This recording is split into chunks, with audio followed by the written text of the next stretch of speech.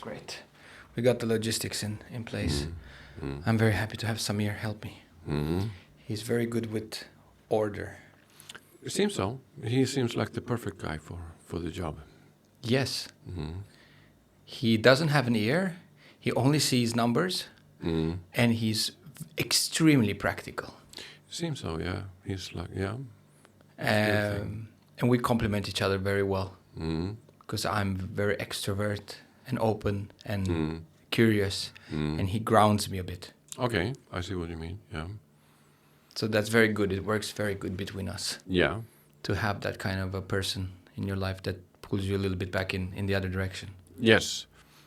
Yes, I know exactly what you mean. And it's the same in music, I guess, when you play. Oh, of course. I mean, if you look in a band, you can see, if you have a quartet with drums and bass and maybe a guitar and a saxophone presenting a melody, everybody has their own area that they take care of. And it's when you put it together and when everybody understands their function in the band that you really can create a good unit of the whole thing. So I think to reflect over those things, what is the purpose of what I'm doing in the context of what the whole team is doing, to have the capacity to analyze that is extremely important. And of course it's so that we have like natural talents, personalities that kind of makes us gravitate to do a certain thing in the group.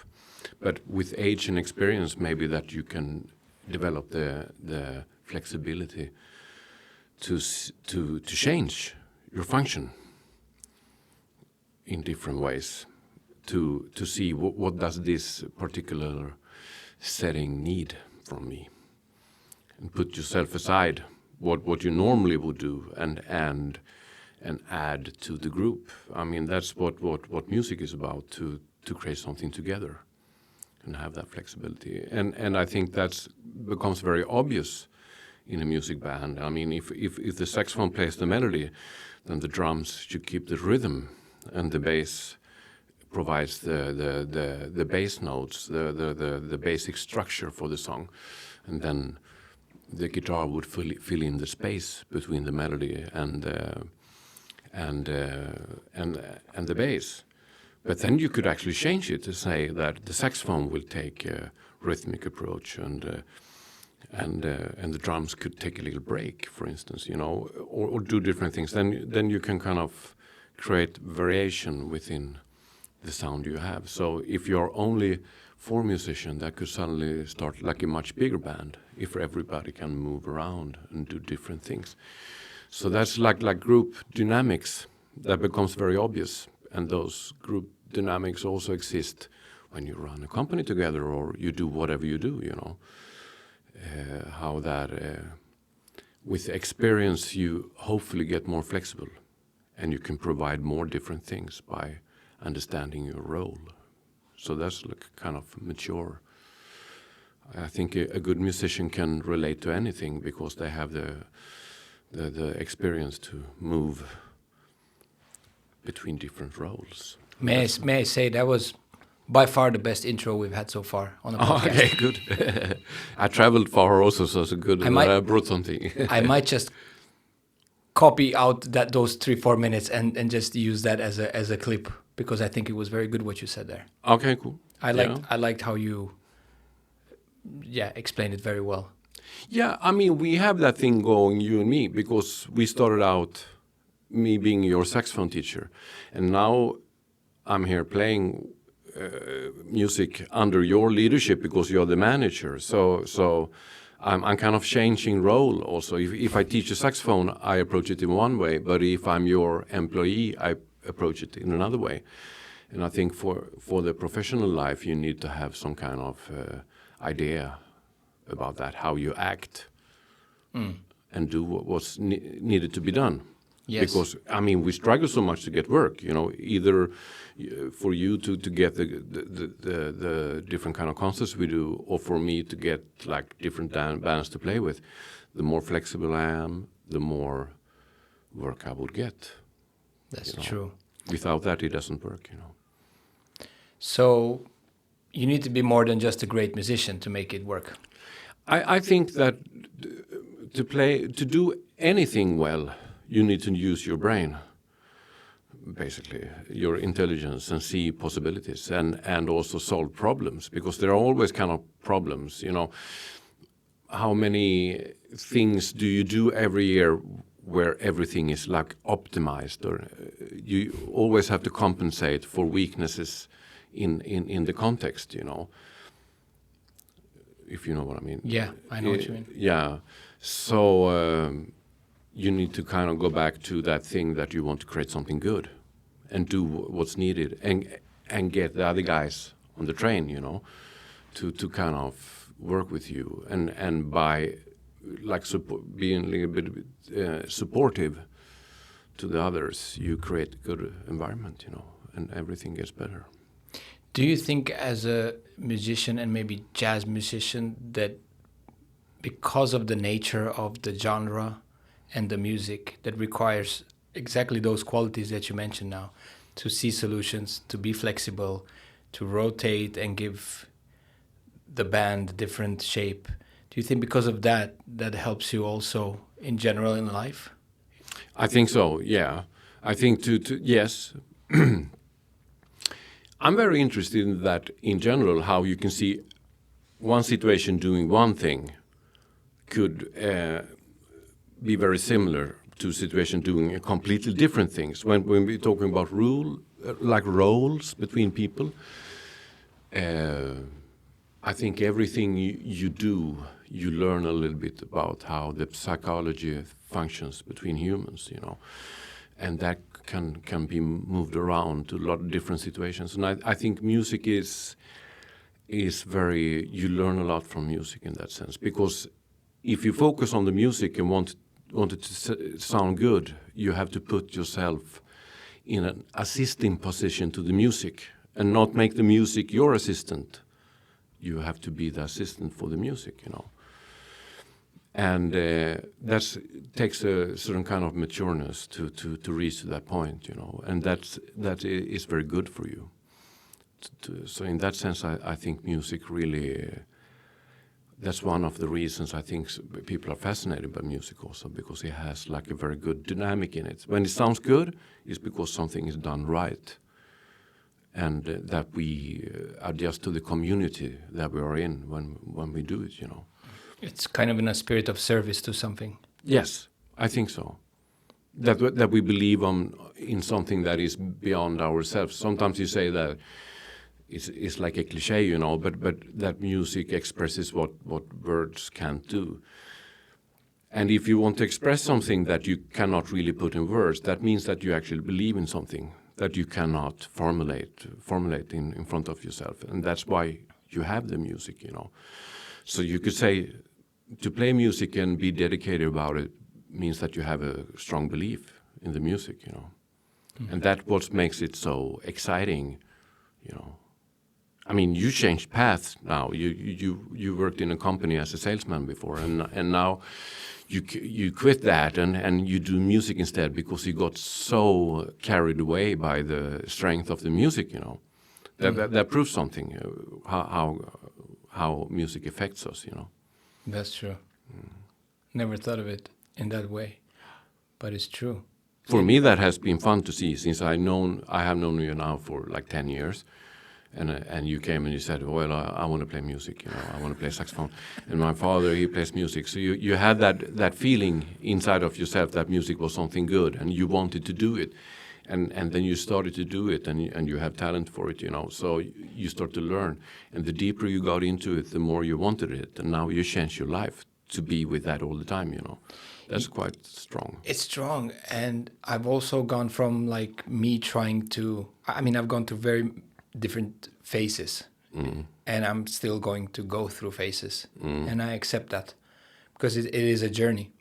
in a sense, sure. It's a spiritual journey also. Yeah, sure. I don't know where this is going to take me. No. Yeah, it's beyond words. It's something in your heart that kind of pulls you in, you know. Yes, and a surrendering also, in a sense that I've done it with my head and with my intellect, Yeah. It didn't work out.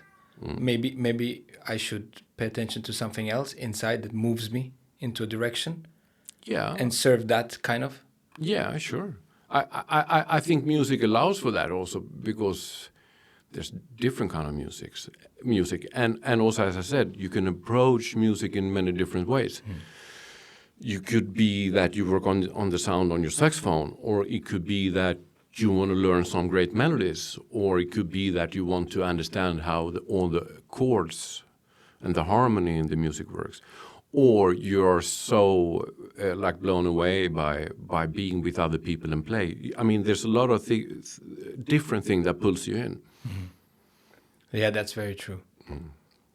That's very fascinating that you say that. And now I feel I'm in this phase where previously I was trying really hard to get good at my instrument, maybe in the hope of, playing more and being able to put out more music. And I still have that, but now it's kind of shifted to let me facilitate for those great musicians like you and for the artist community. Yeah. Because there's so many. Suddenly I hear that there are many good people. Yeah. They were there, but I was not able to.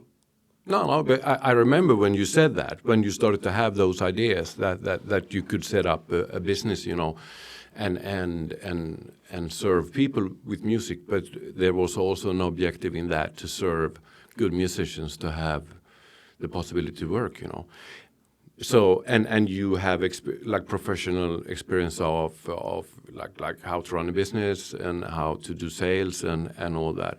And you decided to put that in service of music. So it's like we said first here, that you saw that there was a role for you to play, and hang with good musicians and do things, Yes.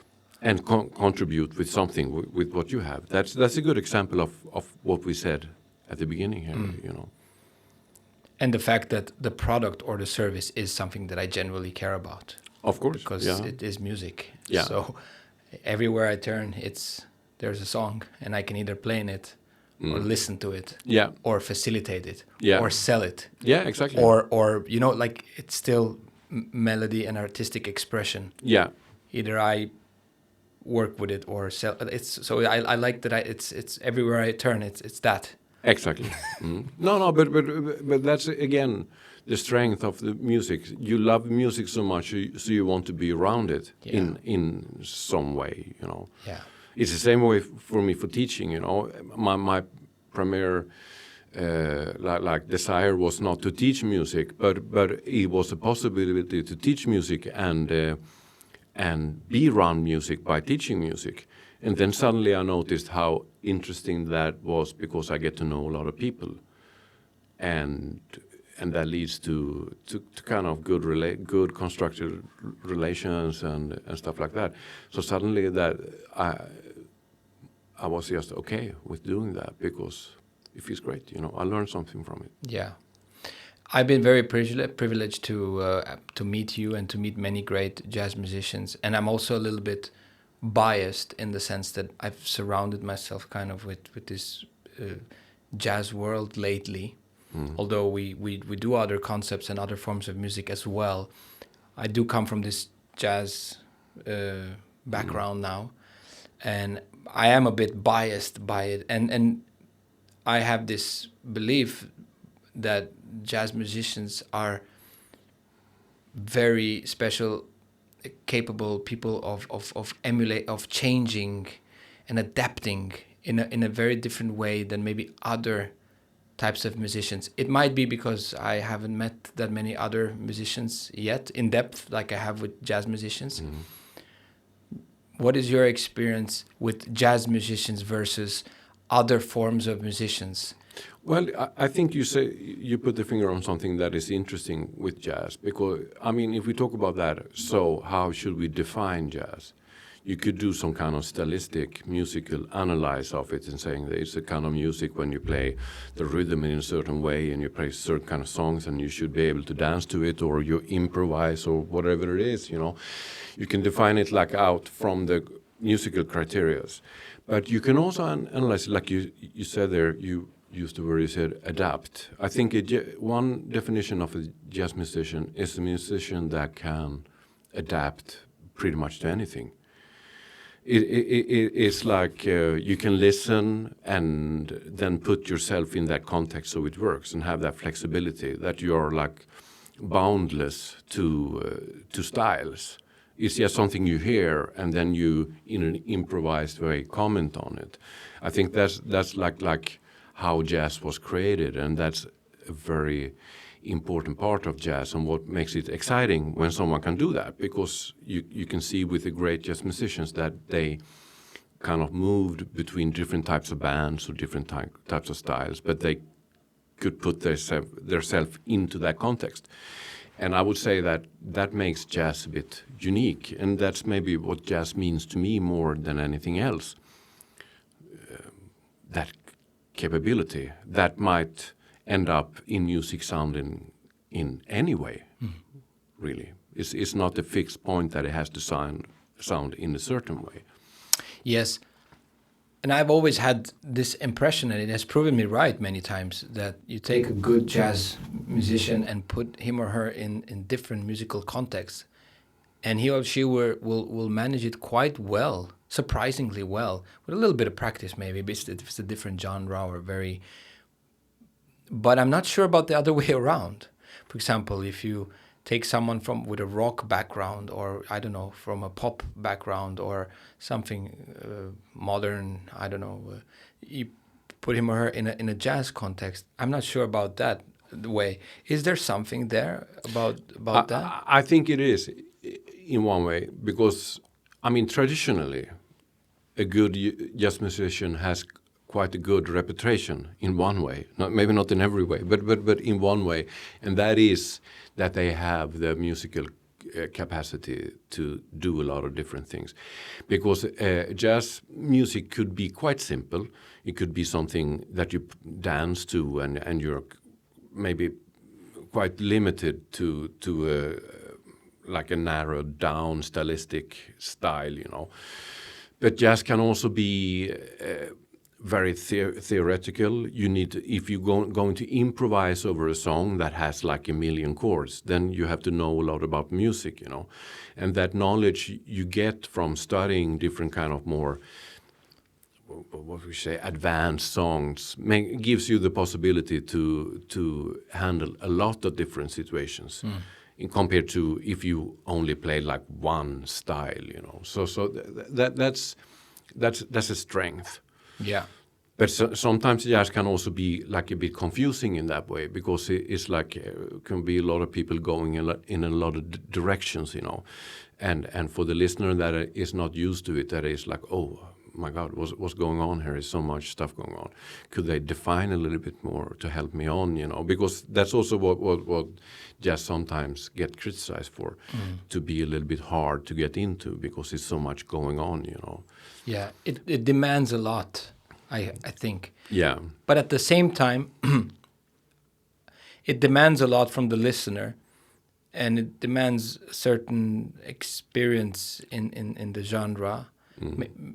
The better, the more the better. But is there not something to the fact that behind that complexity, some musicians can also hide and create a little bit whatever, and you can hide behind it and say, yeah, you don't get it because, you know, it's artistic expression. Yeah, I see that happening. I take this parallel with it can be with art, for example, where a painter can decide to just, you know, create modernistic stuff, and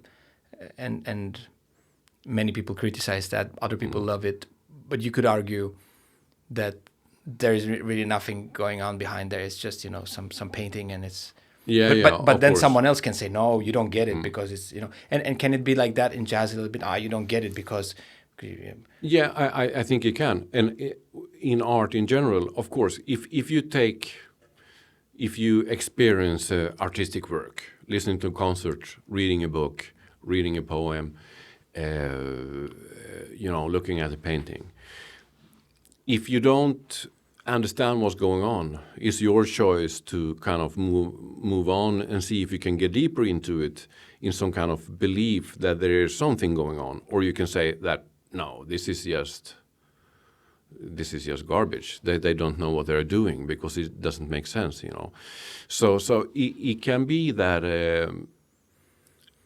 jazz suffers from that also, because it's like a debate going on. If it sounds really weird, is that because they can't play, or is it because I don't understand? Exactly. It's like a bit of a battle between the audience and the player.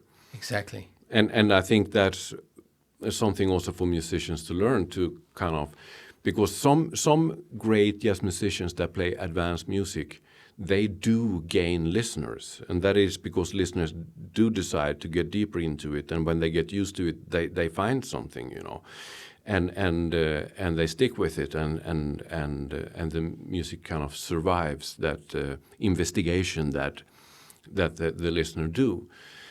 And maybe that's a good definition of what good music is. It's music that proves over time that people actually can get into it. And then there are other music that get forgotten, because maybe it was not so much there.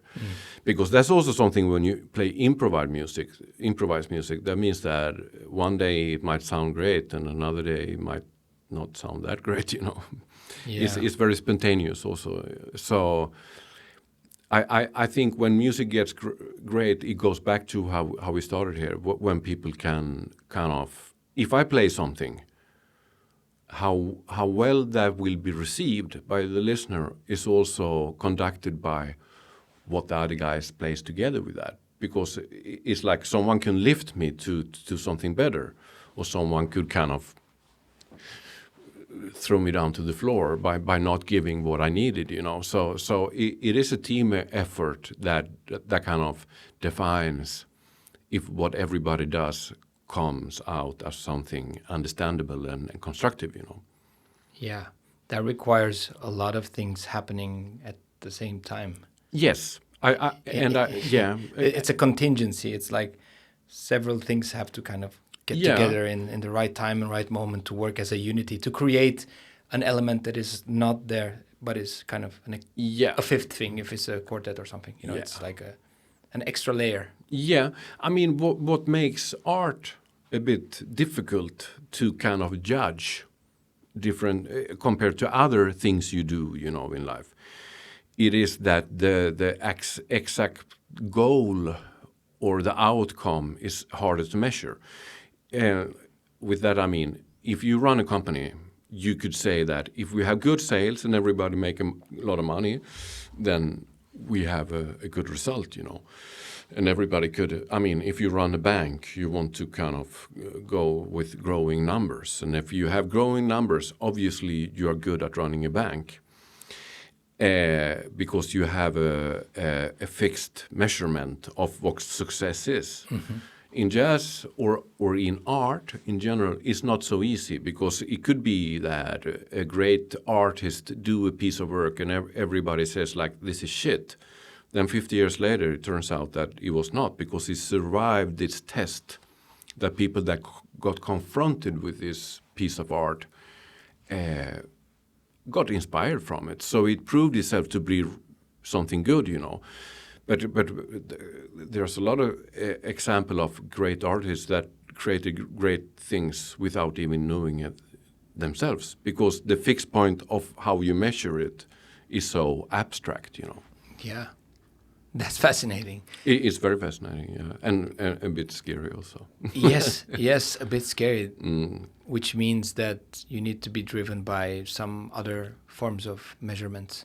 Yeah, I think so. And also, since music expresses things that you cannot put word on, it's very subjective also. Exactly. For one person it means a lot, for another one it means nothing, So that makes it a bit of a mirror labyrinth, to get into it. And then you need to kind of go with your guts and go with your spirits and be able to create a belief in what you see to kind of lead you to learn more about it, But with that being said, wouldn't you say that jazz as a genre compared to other genres has experienced I think it has experienced less of a fame if you compare to pop, to R&B, to hip hop, to other forms of music. It has experienced less of a fame than the other genres in terms of just worldwide listeners. I don't have the data on it, but I would assume that most people in the world have not. There's only a few people that have listened to, let's say.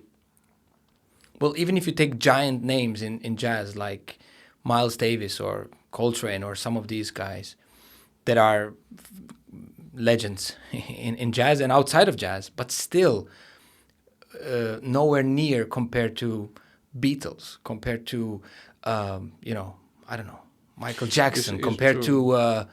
to Tina Turner. Or why is that? Do you think that happens? Is it because I don't want to lead to the answer. I want to give you the chance to reply, but I'm just thinking: is it because of it has not been as available as the others? Is it because the radio has not played them as much as the others? It's kind of like the chicken or the egg. Which comes first? Does the radio have to come first for the listeners to get there, or the other way around? What's the reason for that? Because again, I came in touch with this at 28, for example, and I live in the Western world. I'm well traveled. I also come from a music background, but I haven't been exposed to this. I had to bump into it very accidentally because you and some other teachers that I have started pointing me a little bit to jazz if I want to learn the saxophone, telling me that we just need to touch up. We need to touch on jazz and blues, and then you can segue into what you want. But I got kind of stuck there because I enjoyed. And then the others felt a bit like, yeah, it's cool, but it's not that cool anymore, So, why do you think that fame is not as big? Not that it matters, but I'm just curious. No, I definitely have some thoughts on that. I mean, jazz could like roughly be divided into like two segments. I mean, the first thing when jazz got established as something being labeled jazz, that was like, starting a little bit, in the 20s and the 30s. And in the 30s started to grow as a dance music. And in those days, jazz was as, famous in America as pop is today, But it was different also because that was like the jazz that was really famous comes from the childhood of the media society, and the childhood of the electronic media society was the radio. So there were like dance parties going on in different places where people danced to this music. And then they started to do like live radio broadcasts of that. So, and that was mainly done primarily in the United States, but people, like radio enthusiasts, they started, to long wave radio. They started to kind of, tune in to those frequencies and listen to it. And suddenly, people, outside of the United States started to go like, "What's going on here? This is like this sounds like fun, I guess, And that was like the beginning of popular music in a modern sense, that you use a medium that was radio first, and then it was television, and then now it's like maybe the internet or whatever, and what comes out there kind of grabs people and they go into it. So people so jazz had like a famous childhood, 30s, 40s, 50s, but then the media that they were using, first it was radio, then they started to do records, like 7 to 8 records, one song on each, those old raspy ones, and they could be sold, and that kind of spread the music more. And then they started television came in, and then you could see them, and then that probably also affected how the jazz was made, because in those days they also had like kind of jukebox machines that was like videos of bands playing, it was like an ancient YouTube, to see all those videos. And that kind of generated a public, and that also inflicted with how the jazz was made, because it had to fit into that format, you know.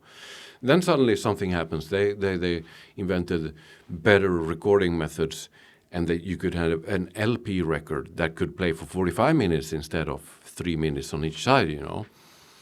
And that opened for new possibilities to investigate the music, and that made the music take new turns, you know.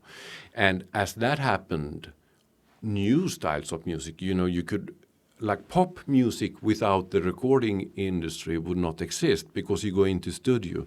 The studio is almost like an instrument, how you compose the music, how you work with a multi-channel tape recorder, and suddenly that medium that like a multi-channel tape recorder is, that you can record a number of instruments separately, also created new types of music. So you that's very interesting to see, like by the time when we had something like television and CD players and basically any type of possibility to documentate music, jazz had turned into something else. Do you know what I mean? It's like a kind of evolution, technical evolution, put jazz in a new place, you know. So, and then jazz musicians taking advantage of that, they experimented it, and then the music didn't have the same purpose as something you just dance to for 3 minutes. Which popular culture is about. It's a short thing that kind of cheers you up, and everybody goes like, wow, this is fun. But if you listen to a 1 hour piece with people doing a lot of other things, that doesn't have the same effect, you know. So a lot of people pass on that, because it's only the most dedicated ones that spend all the time, you know, to chew through what all that is, you know. But then, so that's like the, as I see, the commercial development on that music. But then you have another thing that jazz is, and that is like that it is a network between people. Because those jazz musicians, they were traveling and they had fans and stuff like that, you know, coming to the concert. So it developed into like a worldwide network, which is something. It doesn't have anything to do with the music really. It's another thing, you know, and that thing is very much between the people that are initiated in that thing, you know. So when you started to get into jazz, that means that you stepped into that network. And that takes some time, and suddenly it was all there, you know. But that takes an effort from you also. It's not something that gets served to you in 3 minutes on a jukebox. It's something that takes years of dedicating yourself to that thing. And that made jazz a bit special, you know, that it's almost a bit nerdy, you know. It's for the guys that cannot let it go because they are so into it, and not everybody live like that, you know. So I think it passes under the radar for a lot of people. It's another thing, you know. Yes, I think that many people are just not exposed to it. They have not been exposed to it, and if they just get exposed to it for a little while, that is not enough to clear out all the things, the moves you have. What was this, you know? Yeah, because the exposure in the beginning is just disturbing, because it's just disturbing your comfort zone in a sense also. Yeah, it does, yeah. And it's completely normal. I mean, if you're used to listening to a certain type of music, commercial music, or from the radio or whatever it's on, whatever is trending, and then you get into this world, it is very challenging. Yeah, but it has changed. I would say, I mean, I got into jazz in the 80s, and that was probably the decade when jazz was very dead in one way, because at that point there were still like many of the great ones still living, and of course if they had a name and they had an audience, they could travel and stuff like that, but it was considered something that kind of maybe survived itself a little bit.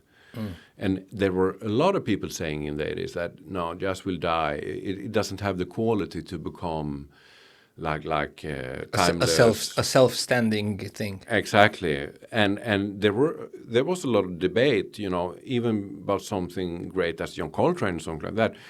People would put on a John Coltrane record in the 80s and say like, but the sound on the recording is not good. It sounds old.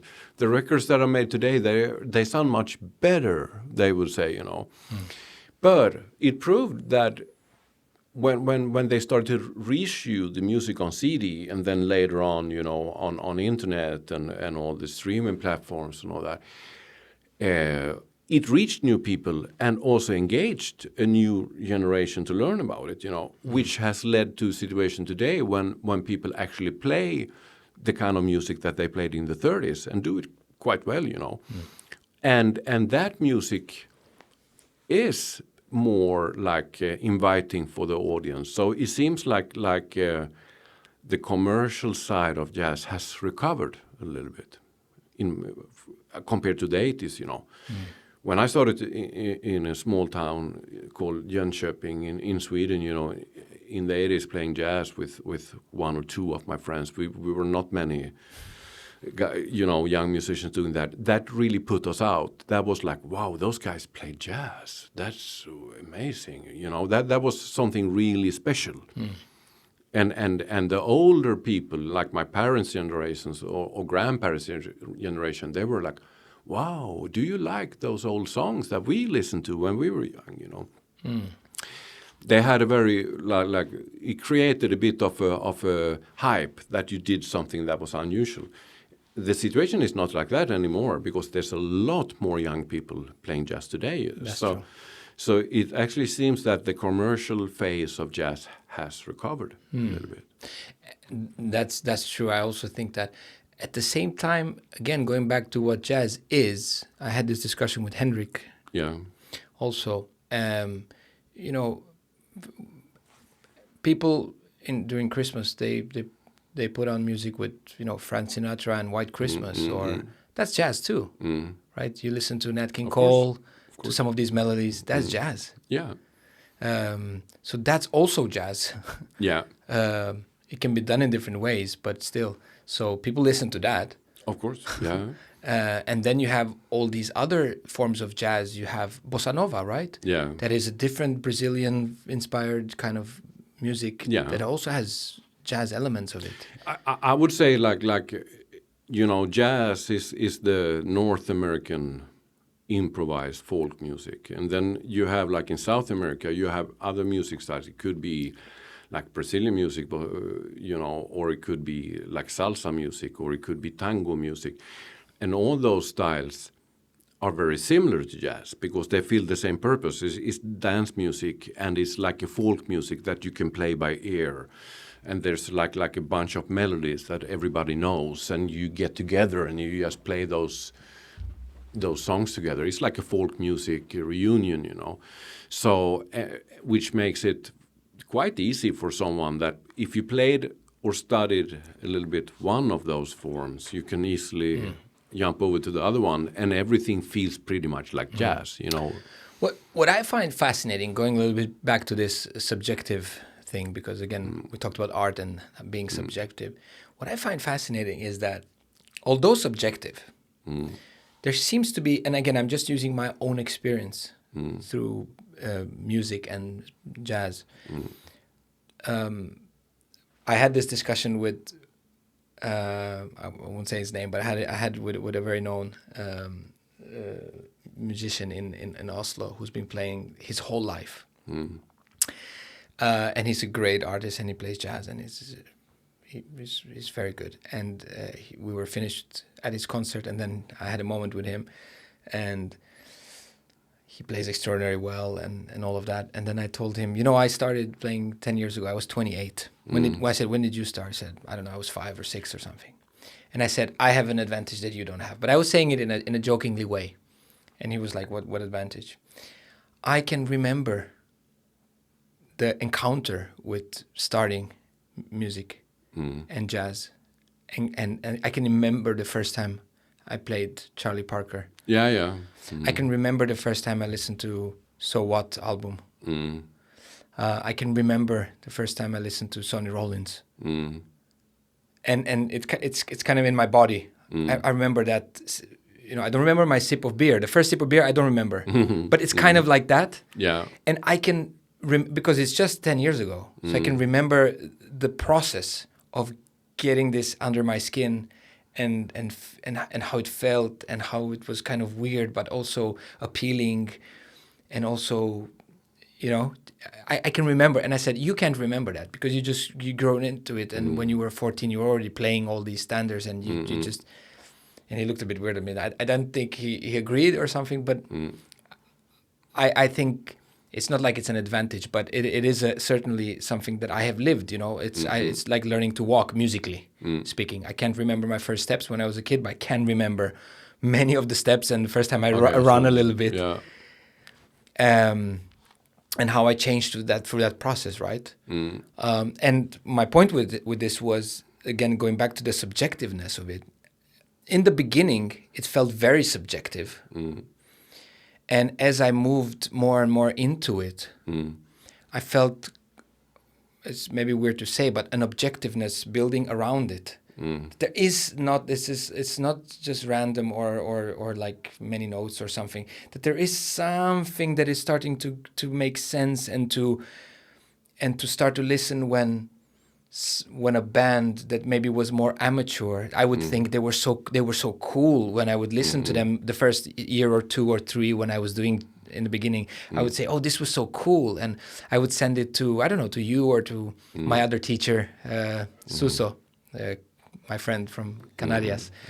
And he would be very diplomatic about it and go, yeah, he wouldn't say anything, but I wouldn't understand why he wouldn't immediately react. And now I understand, because I go back to some of these things and I go, yeah, I understand. Okay, maybe it's wrong to say it's not good or good, but I understand why they were not, the Dave Brubeck quartet.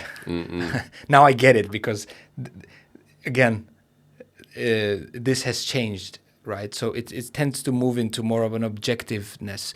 It's not like 100% objective, right, wrong, but there is something still that is like, this is not that good. This is really good in jazz, right? And then there's layers of it, obviously, but do you feel that as well? As you have developed as a musician, that I can only imagine the kind of sense and apparatus you have to get in these things. You sense these things as well? Oh yes, I definitely see how it's been a journey, and how different artists that I have got to know through records or concerts over the years has kind of handed out tickets to new destinations. It's like, the first time I heard jazz was probably Benny Goodman or something like that. We had some old 78s, those records, so I listened to it, and it was, I liked the vibe of it. I was probably, and then I was a child, 4 or 5 years. I was old enough to learn to put on one of those records on the gramophone, and I loved the vibe of it. It kind of made me, want to dance, or it kind of had a good vibe to it. But then I also remember other steps, like you mentioned Charlie Parker. I was 16 when I heard Charlie Parker first time, and I do remember very clearly when it happened. And it was like an immediate thing that, okay, I want to know more about this. It kind of hooked me up. He just said, bam, and I want to do this. And another very important thing was I heard Dave Brubeck Quartet and Take 5, which obviously is a song that has grabbed a lot of people because it was a big hit, And I and I loved Paul Desmond's sound, and I learned that song and I played it, and I was 16, and how that kind of pulled me in, And that song, okay, it was in a weird rhythm, but it was like just 1 or 2 chords playing, so it was comparably easy to play over. So suddenly I felt, I can improvise. Is that a bit of a modal jazz? There's a modal jazz element in 5? I would say that Take 5 has a modal vibe. It's like 2 chords. It has a vamp moving, and it has like one tonality going, so you don't need to be like an harmonic expert to do it. But then it has like a funny rhythm, Turkish rhythm in 5. So that was a little bit, but still it was more accessible than playing like Confirmation by Charlie Parker, which has a lot of course. Which or Desafinado or something like that. Or something like that would challenge you a lot. So that's kind of, in one way, simple song, allowed for me to feel a little bit better as a musician. You know? Which is funny because it's simple in one way to learn it, and then it's quite challenging to say more than what is there. It is. So it's challenging in that way. Yeah. No, but I think listening to that music, I mean, because when I started to play piano a little bit when I was a kid, and then I started to play clarinet, and then I started to play flute and saxophone, you know. So I had a couple of different instruments, and I went to a teacher and struggled with trying to learn to read music and do all those things that you feel a bit obligated to do, you know. But I also noticed right away that there was another way to play music. That's just pick up the instrument and make sounds, you know, which basically is improvisation. And I think it was that aspect that really pulled me into music, because it felt so great to you know, have that freedom, just play whatever you liked and make your own melody and stuff like that. And I think that's what really pulled me into jazz, because that's allowed to do there, you know. And that's the subjectiveness, I guess, where you're allowed to do all of these things. Yeah. But again, it still needs to be aligned to something, and there's still some. There's not. You can do whatever, but it still has to kind of sit in a way, in a structured way. Even if it's loose, even if it's experimental, it needs to have some kind of a shape or form. That form doesn't have to be very limited to a narrow thing, but it still needs to be within some boundaries of something. Yeah, it's not just just putting notes out there. No. Completely. I remember really, you know, thinking about that and also asking like older musicians. So if you listen to Charlie Parker playing, how much is just spontaneous and how much is like more pure knowledge, you know, and to figure that out. That was one of the things that made me continue to study jazz, that I was so interested in understand the process of creating that music. And that kind of led me on to start to study harmony or whatever, you know, and I'm still doing the same thing basically many years after here, trying to understand how you get deeper into it, you know. And I think, like I said, that another like turning point, because when I was young I played alto saxophone. And then I started to listen to John Coltrane records, and I got very, very impressed and inspired by his sound. I went to in those days there were like in my hometown there were not much access to a lot of different jazz records. You know, if you went into the record store, they had like 0.5% of all the records that I had there were jazz records, you know. So I went in on a regular basis to see if something new had come in. And once I found a live recording with Miles Davis and John Coltrane, you know, and I bought that record. You know, in those days you took the LP record to the shelter and you listen in headphones. Is this something? Do I want to buy this one? Yes or no? So I put on that Coltrane record, and I think the first track was So What or something, and I just loved the way John Coltrane played. And I bought the record. I went home and listened to it, and I immediately decided, you know, I'm going to switch to tenor because I like that sound more. And I think I had some kind of gig like a couple of days after that. So I called a friend that had a tenor sax, and I said, can I borrow your tenor sax? Because I want to play our repertoire on tenor instead, because I want to see if I can play it more like John Coltrane. So I borrowed a tenor sax, and then I had to change key of all the songs because the tenor sax is tuned in another key than alto. So I was sitting at home figuring out how to do that, you know. So I took the whole repertoire and I rewrote it to the new key, and I learned it. So I showed up at the gig, and the guys I played with were like, "Oh my God, do you have a tenor now?" "Yes, I'm going to play the tenor."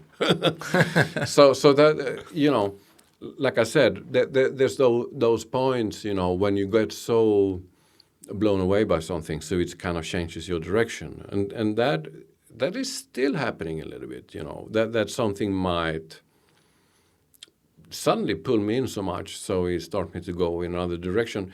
And I think that is good, because that's how you keep inspired also.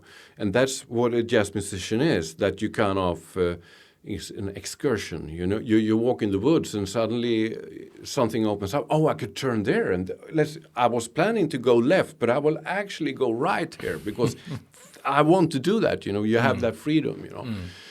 And there's, in those like turning points, you know, in those road crosses, when you decide for a new path, there's someone there like waving with the arm saying, come on here, you know. And I can see how different jazz musicians have inspired me enormously that way, you know. That's very great reflections. I love your metaphors. I used to think that in order to play jazz and get really good at it, that you need to be kind of, let's say, open-minded. Yes. I don't think you have to be an extrovert. John Coltrane was an introvert, from what I understood. Like maybe without the saxophone, he was pretty. Yeah, maybe. He seemed like a pretty introvert guy. That's what they say. That Miles Davis, he seemed like a pretty, you know. Yeah, didn't say much. I think artists can be like that in general, because art is about the inner journey. So I think a lot of artistic people are also very thinking people. Has an introvert aspect. But then, of course, it's extrovert also if you listen to what comes out of their instruments, you know. Yeah, because we're not just introverts. We have the other dimension as well, definitely, which in some ways can get expressed. Yeah. So music can be a very nice expression to get that extroversion out. Definitely. And art can be that, where you find that duality, right? You find that you can be someone else in this. Right?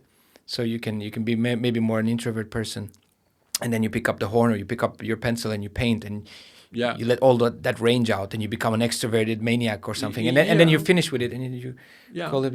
It can be that as well.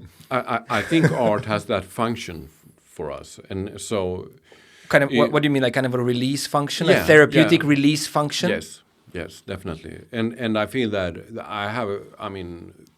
I definitely feel that I have a lot of stuff going on in my head, and the music helps me to release that pressure, both as a listener and as a player. You know, music kind of, music is about harmony, and, you know, in the notes, but it's also about harmony in the body, because it makes you feel good.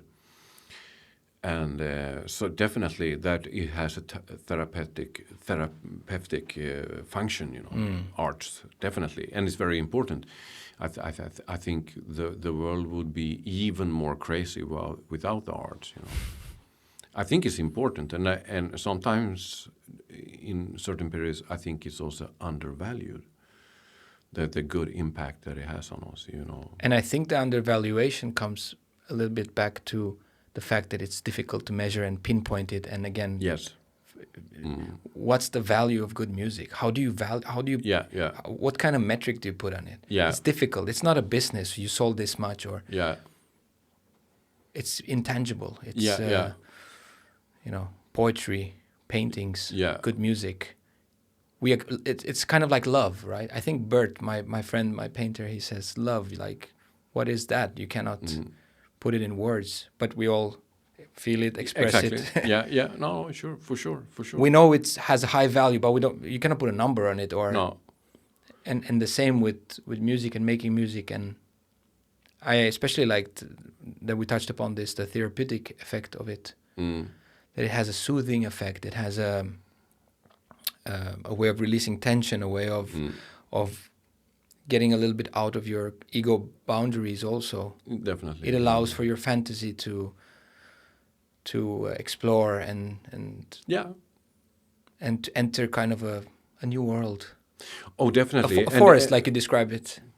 And it's powerful. It's like a dream. It's like a dream, and it's powerful because it can change people's mind in a couple of seconds. You know, you are in one state of mind, and then suddenly a sling of music kind of catches you, and you're in another state of mind right away. It has like a magic touch to it that is very lovely, you know. Yes. Also like love. Yes, I think that what the kind of joy you feel about good music is very similar to the joy you feel like with looking at someone that you love, for instance. I think the same kind of mood kind of bubbles up in you, and I think it's no coincidence that a lot of music and titles and lyrics that are sung that is about love. I mean, it feels very natural. I think that we all wonder what love is. You know, what is this thing called love? And that's a song. Yeah, that's a song. What is this thing called love? You know, and I think that music kind of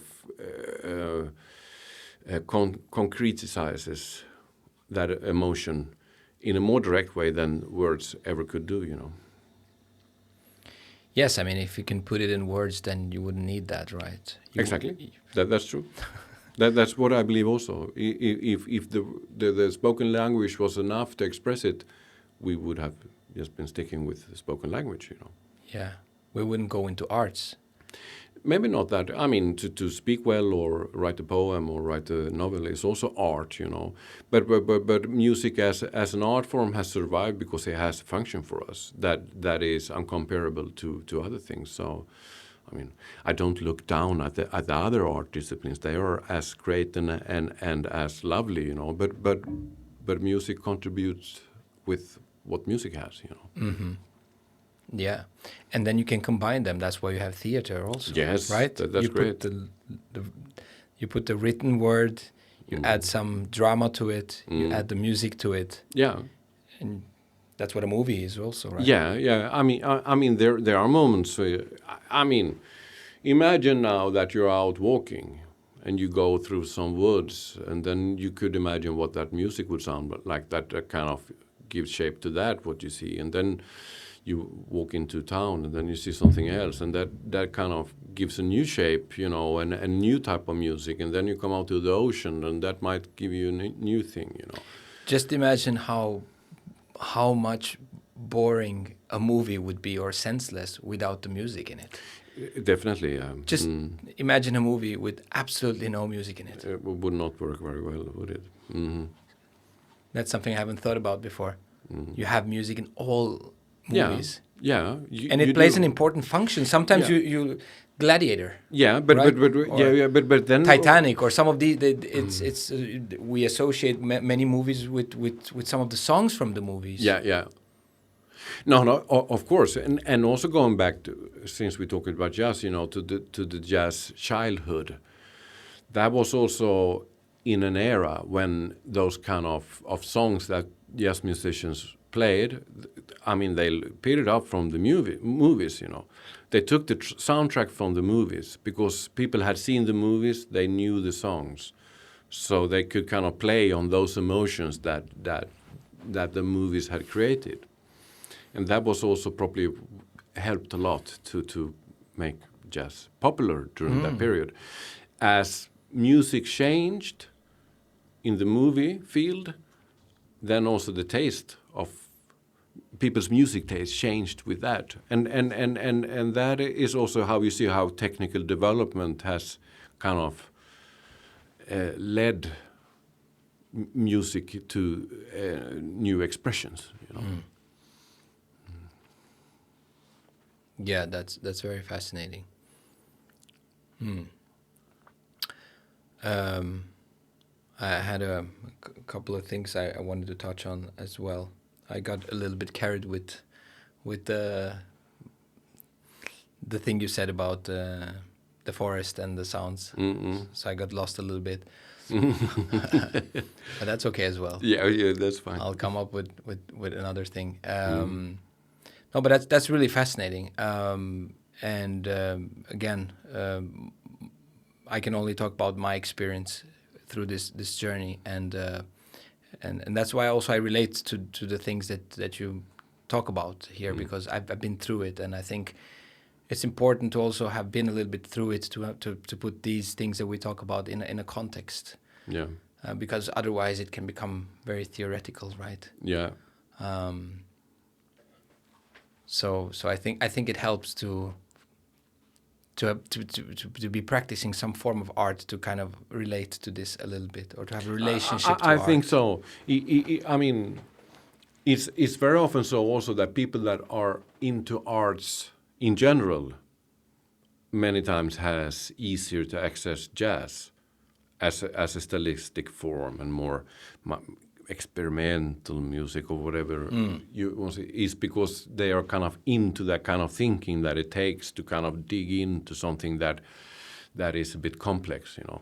So in that sense, I feel that after jazz had that kind of brief famous childhood, it became very much an artistic thing, a thing for people that kind of decided to lead their lives in something, you know, in line with something that is artistic, you know.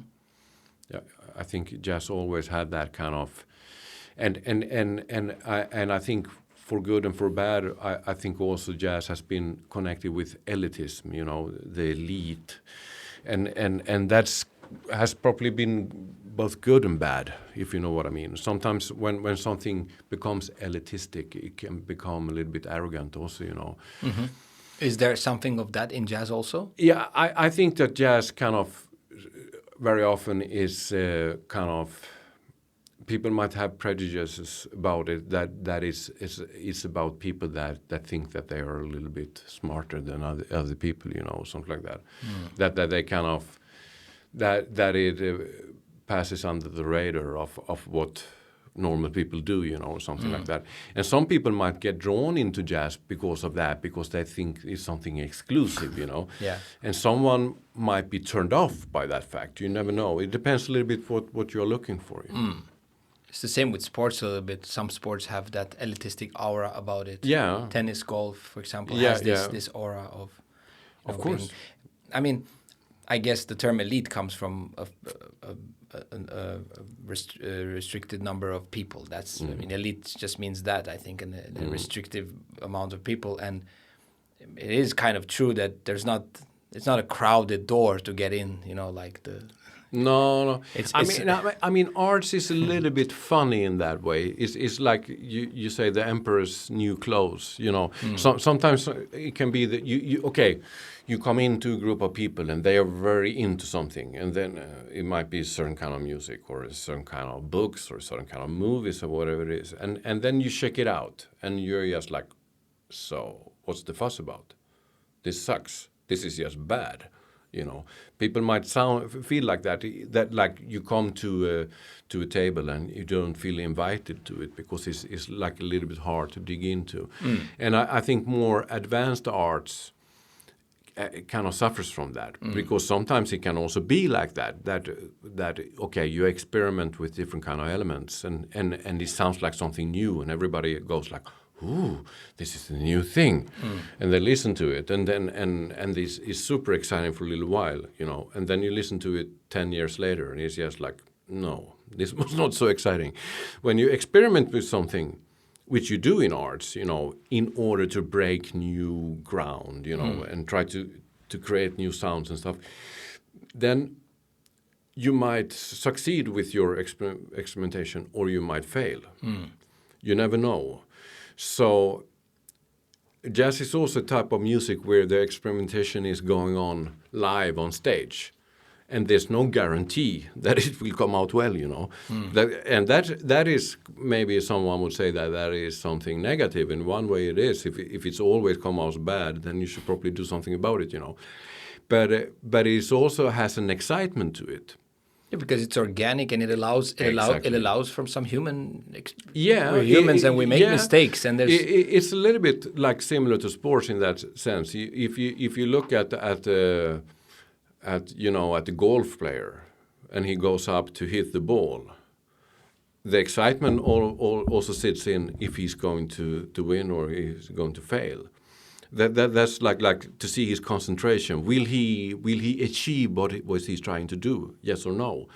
And to follow that has like a certain kind of excitement to it that I think can be applied also to the arts sometimes, or to especially more experimental arts. That it if it's going to hold all the way or not is part of the game. Exactly. Yeah, that kind of gives an excitement to it. And with kind of no guarantees, you just have to put yourself out there and allow for that to happen. Yeah, and it does. Sometimes it's good, and sometimes it's not that good. And yeah, it takes a bit of a braveness, to do it does. to stand in front of other people and kind of. It really does. And dig in and really. It really does. And, yeah. and again, I've played the saxophone for 10 years, and compared to you and to other jazz musicians, I'm still a very beginner, and I'm learning.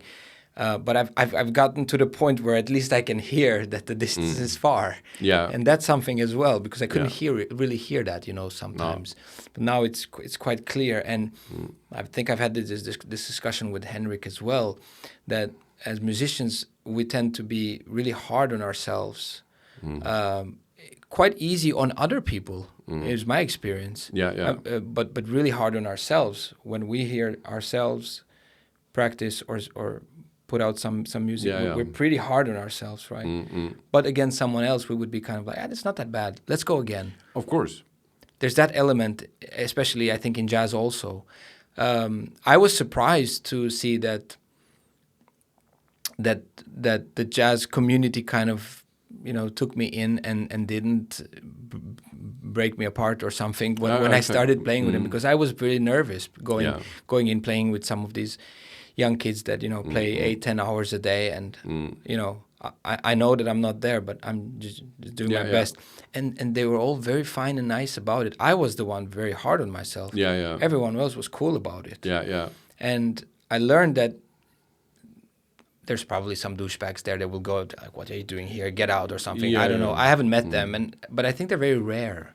What's your experience with that? Oh, well, I have, I guess, a whole array of experience from that. I think in general, it's a positive thing with jazz that less developed player can play with a more developed player. But it goes back to the attitude again, like we started out this podcast. That so if I'm playing with someone that is very experienced or very unexperienced, I have to adjust to that to give that person a chance. And I really like that you said we use the words less experienced or less developed. Than good or bad. Exactly. That's a very good. I like that. Yeah. Because it's not good or bad. You're on this journey. Yes. And it's maybe bad now, but it's getting somewhere. You could say that a less developed musician is in his musical voice a bit younger. And with a younger person, you need to show a little bit more of patience and understanding. And maybe that puts the pressure on you as a teacher. Maybe you need to take, like you said in that context, okay, you're playing with maybe one less developed player. Now's the time for you to help that player shine a little bit. Of course. Right? And pull him up a little bit. Don't pull him down. No. Make it a bit easier for him. Maybe that's not the time when you have to shred all. Maybe you need to support him a little bit. I think good attitudes are... A good attitude is very important. And I mean, my main impression is that I met a lot of people with a very good attitude that kind of helped me on, from being a young player to an older player to kind of bring me on. But of course, it can happen also that someone puts you down. That. Have you had that experience? Someone directly hey, of course, that happened also. That someone didn't like what I did for one reason or another, and expressed it quite, Yeah, sometimes someone kind of dissed you. Of course, I've been playing for many years, so of course someone that can happen, But that's also it's rare. It's rare. It's not something that happens every day, But that's the same in real life as well. Someone might be mean to you and tell some ugly things to you. Yeah. That doesn't mean everyone's like that. Most people are pretty nice and respectful. Yeah, I think so. And it's like that with music as well. Yeah. Right? It's just that instead of a conversation on the street, you have an instrument, you're playing with him, and there's quite a lot of similarities there. Yeah. Right? Yes, of course. You could be interrupting me the whole time, telling me all the mistakes I make in my language, or you could help me. You could speak in an easier language to make me understand. Yeah. And that can happen on the music scene. Yeah, I think my attitude is that anyone can kind of be allowed to come up and play. You know, you can go to a jam session, you know, where everybody can play, you know, and go up and play on the stage. Or there might be younger musicians approaching you, you know, and they want to talk to you, or whatever it is. And of course, you give them a chance, assuming that they are serious about what they are doing. That's you pay your entrance fee with being serious about music and care about music. If someone cares about music, okay, then they should be taken seriously and get something out from it, you know, and. That's basically just to maintain a good attitude towards other people, and also accept that, because it's also important for me to meet musicians that know other things than I know, so I can learn from them. If I ever want to expect that someone will teach me something, I also have to you know, give something away to someone else. That's how the world goes around, you know. Yeah.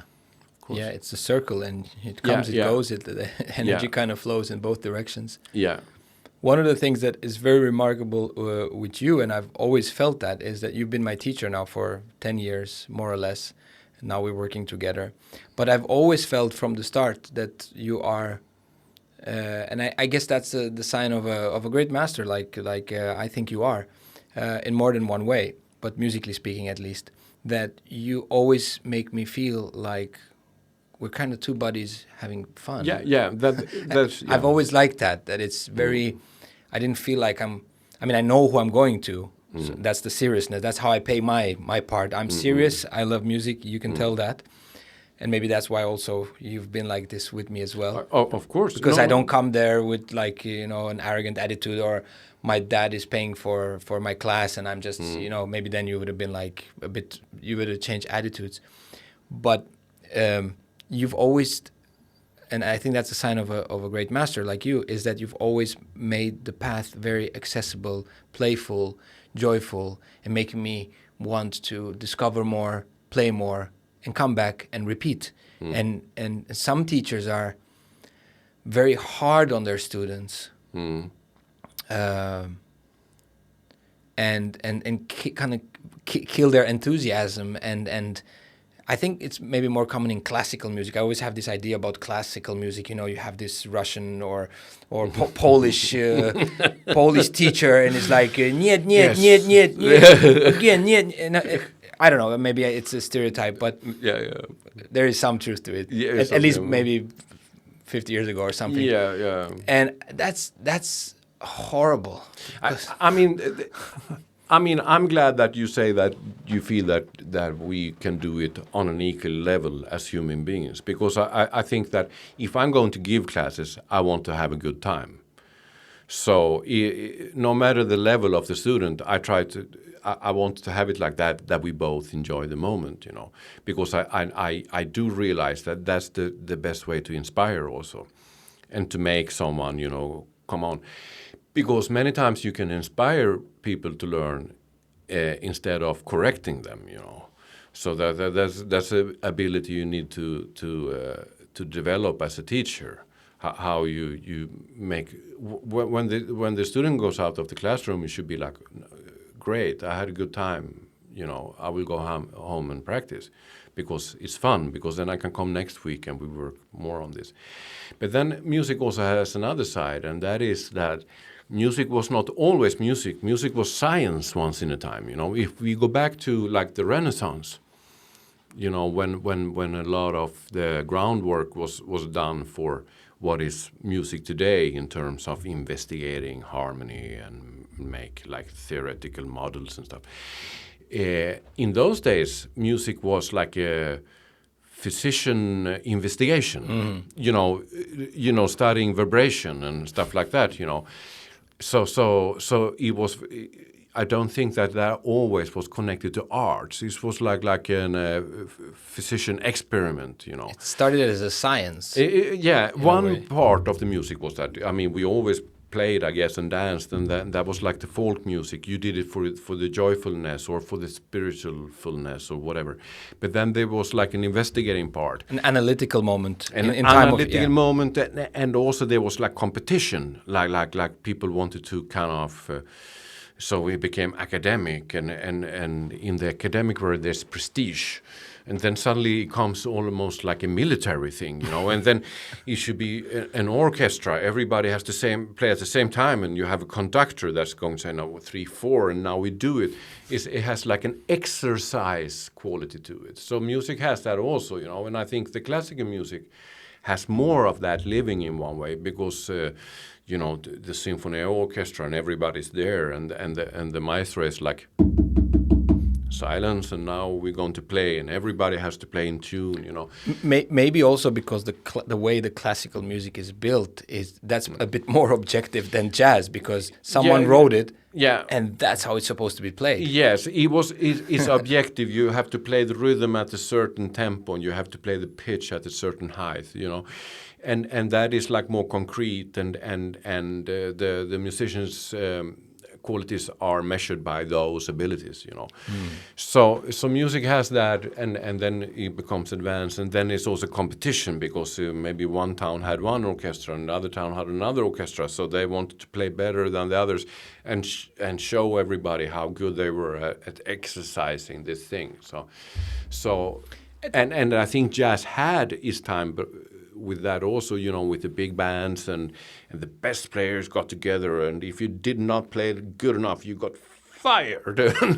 You know, and also it comes another aspect of this, that if you play with the good musicians, maybe you want to have success, because then you get famous and then you get rich and all that, and that also kind of triggers a lot of competition between human beings, and then suddenly enters a lot of things that can be like little bit exhausting, you know. And arts and music has that kind of thing into it, and it's also like when the concert starts, 1, 2, 3, 4, now we're going to play.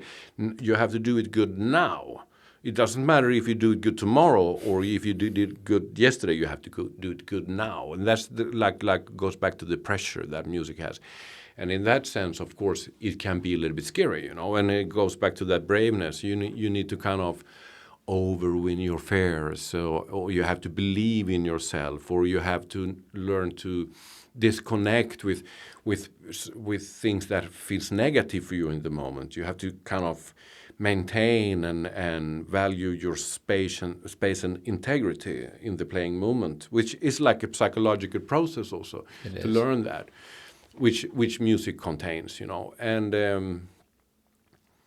so of course music has a lot of different phases, like we said initially for this podcast, that there's a lot of different types of challenges within music, which can be used on other fields, and also experiences from other fields can be brought into the music on a psychological level, you know.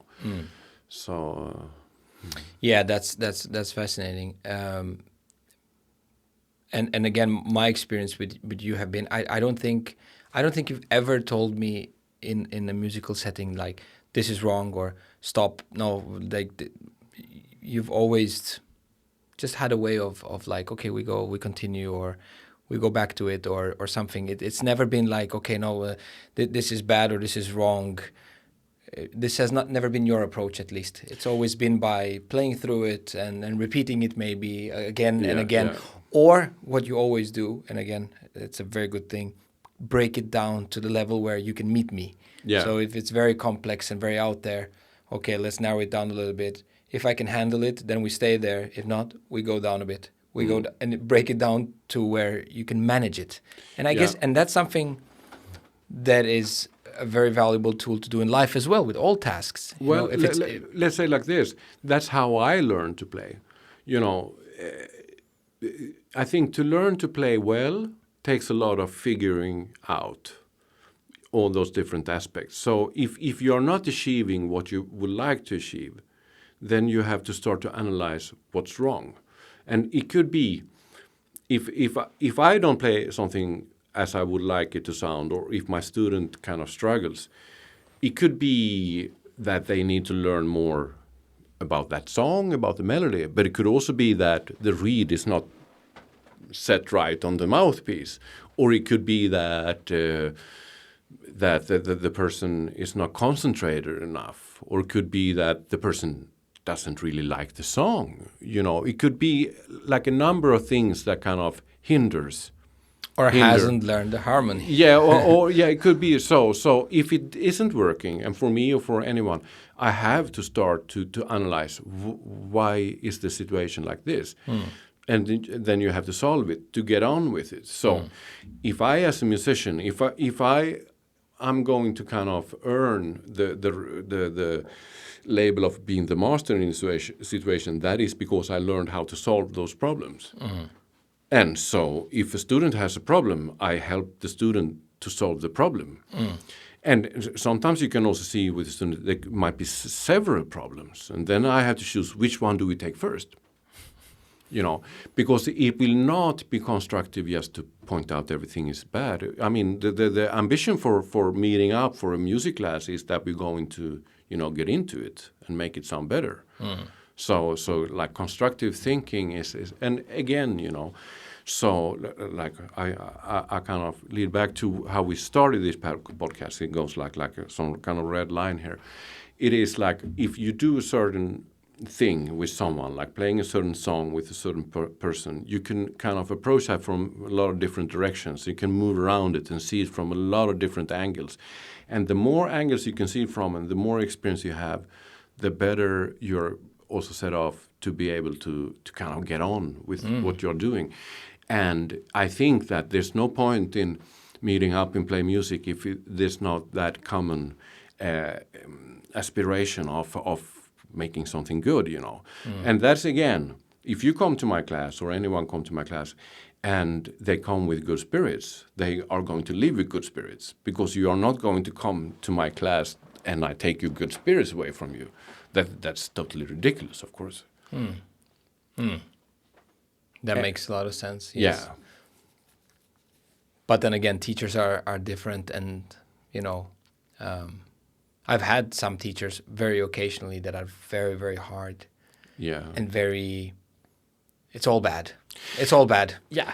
Let's stop. Let's do it again. It's all bad. No, you need to know these chords. No, let's. And it's yeah, like. But then the problem is the teacher, because they lost patience with the situation. You know. I mean, I also had that of course that there's been like when I receive classes that someone, you know, put you down a little bit, and I mean life is like that. Sometimes that happens. It's part of the game also, but that cannot be the dominating thing, of course, because if it is, you will not continue. It's that simple. Do you have in your musical approach? I would say. There's many, like we agreed, there's many ways of approaching music, jazz, but we touched upon this analytical,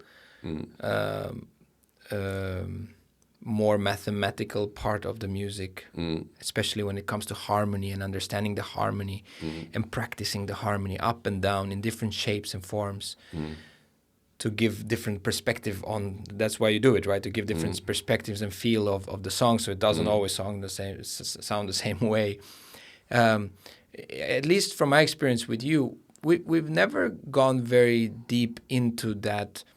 I mean, we have discussed harmony and we discuss it occasionally, but the focus with you, I feel, is a lot on the melody and on the flow of the melody and getting the sound right, and you know, getting into the song. We never really stop, for example, to break down a song into like, okay, let's look at the chords, let's analyze the chords, progression, chorus progression, voice leading, this technical thing that many teachers are very, very interested in. Is it because you realize I don't have the time and it's not that important, or is it just your approach? Or I think we have actually done that. If you think back, because when you started with me, you basically didn't know anything, and today you know a lot more. And I can say like this is like we say in music, a 2-5-1 progression, and I mean that we have developed that language, and I do explain a lot of things to you using those terms, and you do understand it. So I have basically been trying to throw things at you that you need at the moment. So like this, and we have been talking about also that you know a melody is something that happens with your ear. You can hear it and you catch it. You're very good at that.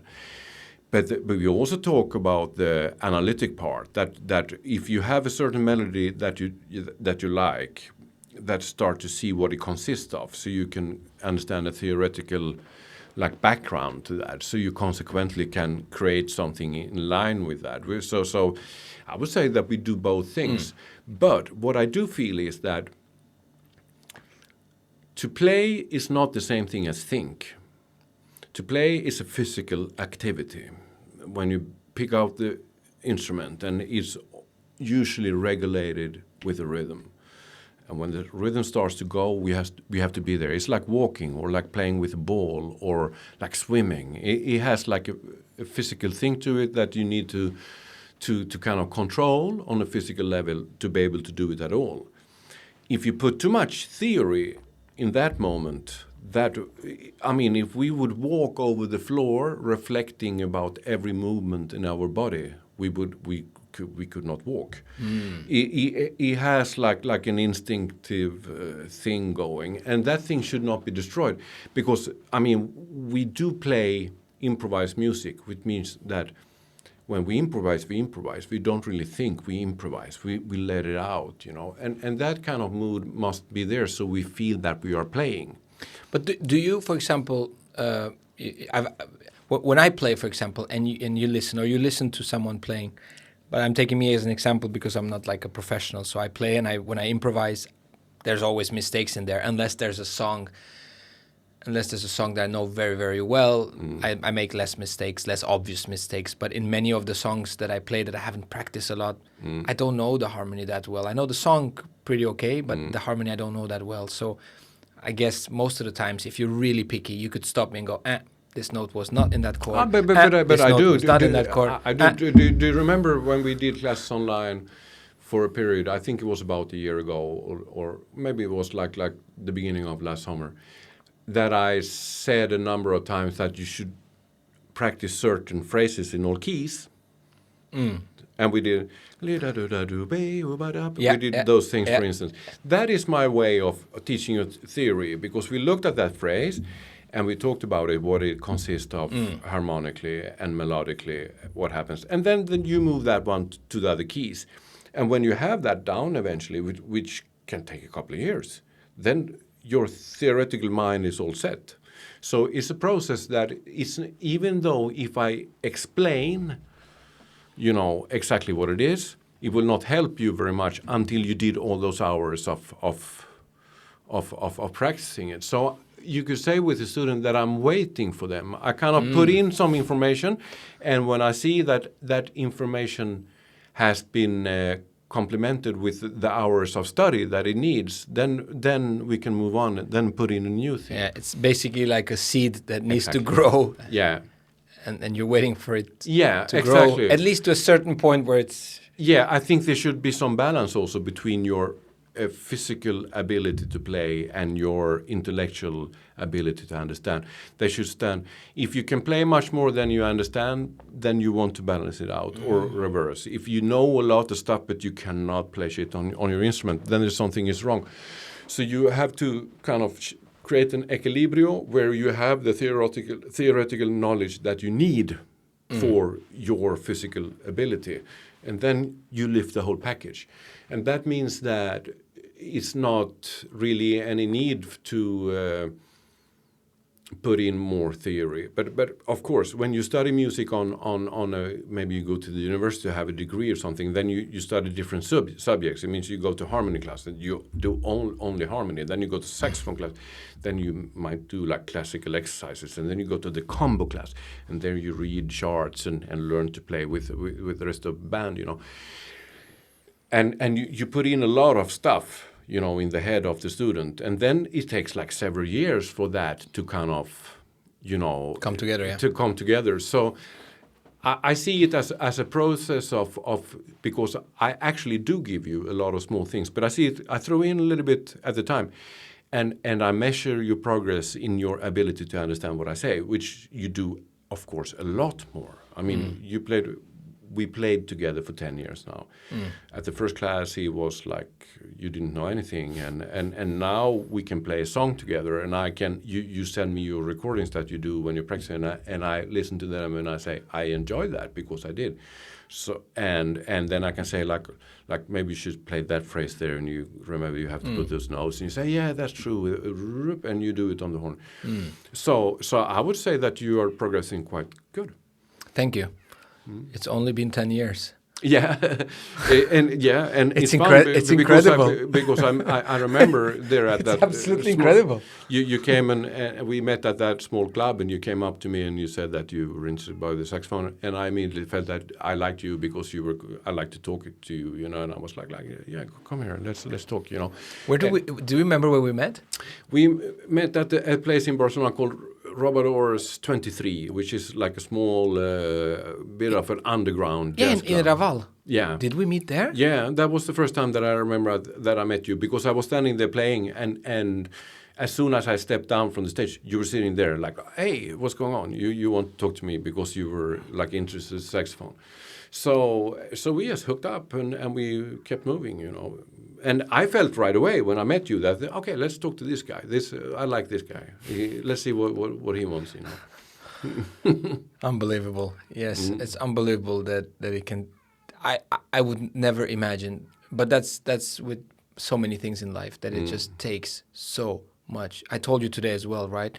We're building this business now. We're working so hard at getting things done. Creating these concepts, putting the musicians together, finding the musicians. Then there's all the operational stuff, you know, like administration. Yeah. There's so many things, and it's just incredible. I'm 37 years of age, and I just learned last year when I started with this full time. I really learned it in my body that I had this feeling like, oh my God, life is too short to do too many things well. To do it well, to just briefly touch on many things. But then what's the value of that? Because to just briefly touch on stuff and then go in, go out, of many things. And then you've said, yeah, I've touched on so many things. I could have stopped with the saxophone after a year, right? And said, you know, I've been in, and then I've been doing that. And then, but really, like... No, but there's something happens. And I think that also goes back to, we said, like, there's something with music that we do believe in, and that makes us feel good, you know, to be around. What I felt is that I kept playing because I cannot be without it, you know. Is it also an addiction? Yes, in one way it is, because it makes me feel good. It makes me kind of lazy in one way also, because there's a lot of other things I would need to do in my life, you know, to you know, maybe make a career or whatever. Well, now you have me, so you know. Yeah, things that I think is kind of boring, but I should do it, you know, and then I'm like trying to do that, and then I pick up my instrument, and I'm just like, yeah, but I'm pretty good here too, because it's so lovely to play, you know. So it makes you feel good right where you are, and that's also something I think affects a lot of artists, because some artists, they make glorious careers and others do not, you know. And I think that could come from that addiction that they love so much playing. So it's the love for being there with your instrument that dominates the situation. That thing that someone that you are famous or something like that could be fun, I guess, you know. But it cannot compare with actually playing. You know? And you know. When you play most of the time, do you have an intention? I mean, so many things we do in life are very stimuli response things, reflexive things, automatic pilot things.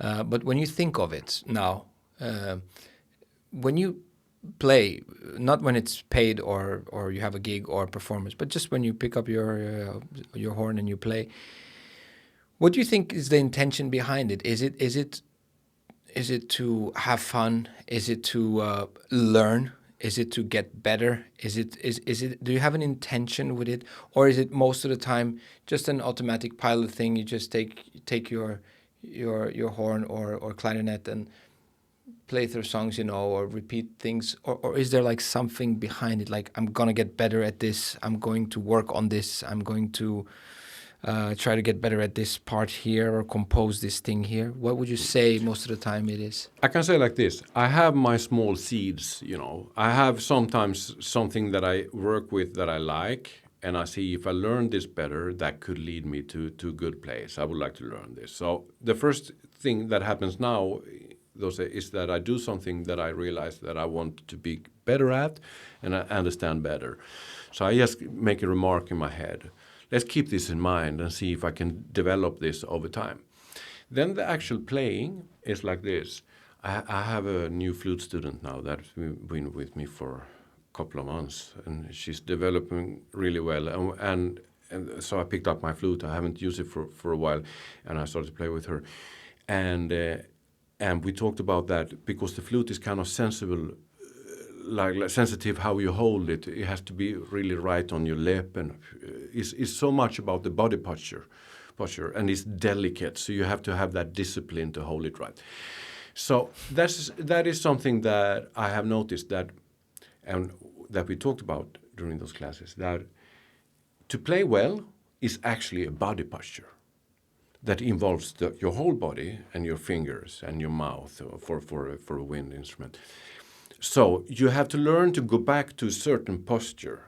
If you hold the instrument in the right posture and shape your mouth in the right way and you blow out, it will produce a sound. And if your posture is good enough, it will produce a good sound. So basically what you are doing when you practice is to return to body posture. And then it becomes very similar to like doing yoga or meditation or do a certain kind of sport or doing something like technically advanced, that you go to that posture.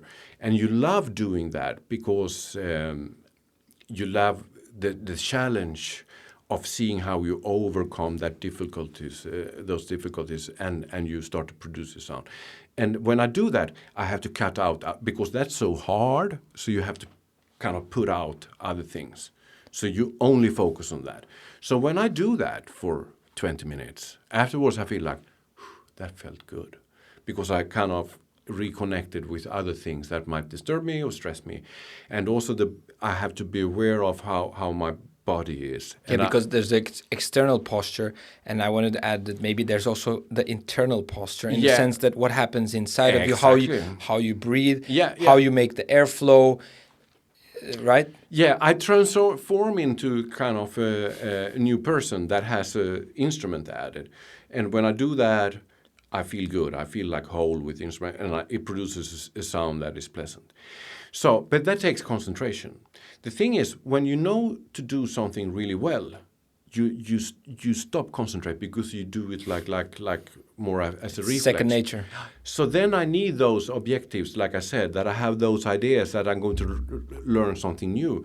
And the reason I learn those new things is because it makes me concentrate when I practice. It gets you the concentration back into... Yes, because it gets me there a little bit eager, and I have that challenge. And then suddenly I'm on the edge again, and everything is exciting.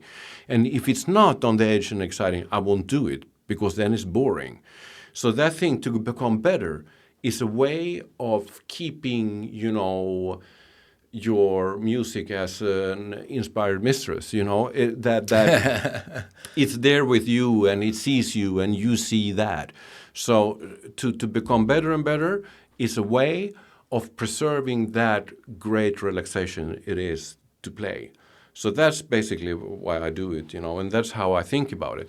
Then exactly how my music and my sound and my phrasing and whatever, how that develops, well, I leave that a little bit to the coincidences of life. The music leads me to different places. But I want it to be like that, really concentrated. And I can honestly tell you that I don't care very much if I'm sitting in my little study, down in Vilanova in Geltrú, outside of Barcelona, studying in my room, or if I'm on a big stage. It doesn't matter. It's the same thing, Then I can see. I mean, we had a concert yesterday with a lot of things to think about, and that kind of stress that it creates. If you can overcome that and get to that relaxed, focused moment in that, then it's like, yeah, that felt good. I love the challenge of being able to enter into that kind of relaxed mind and everything in basically any situation, and create the kind of sound that I dig, And that's what I'm trying to do. And I love the challenge of doing that in different situations. And that's, like we said also at the beginning of the podcast, it's nice kind of to refer back how the conversation started, That's what jazz is for me, that you have that.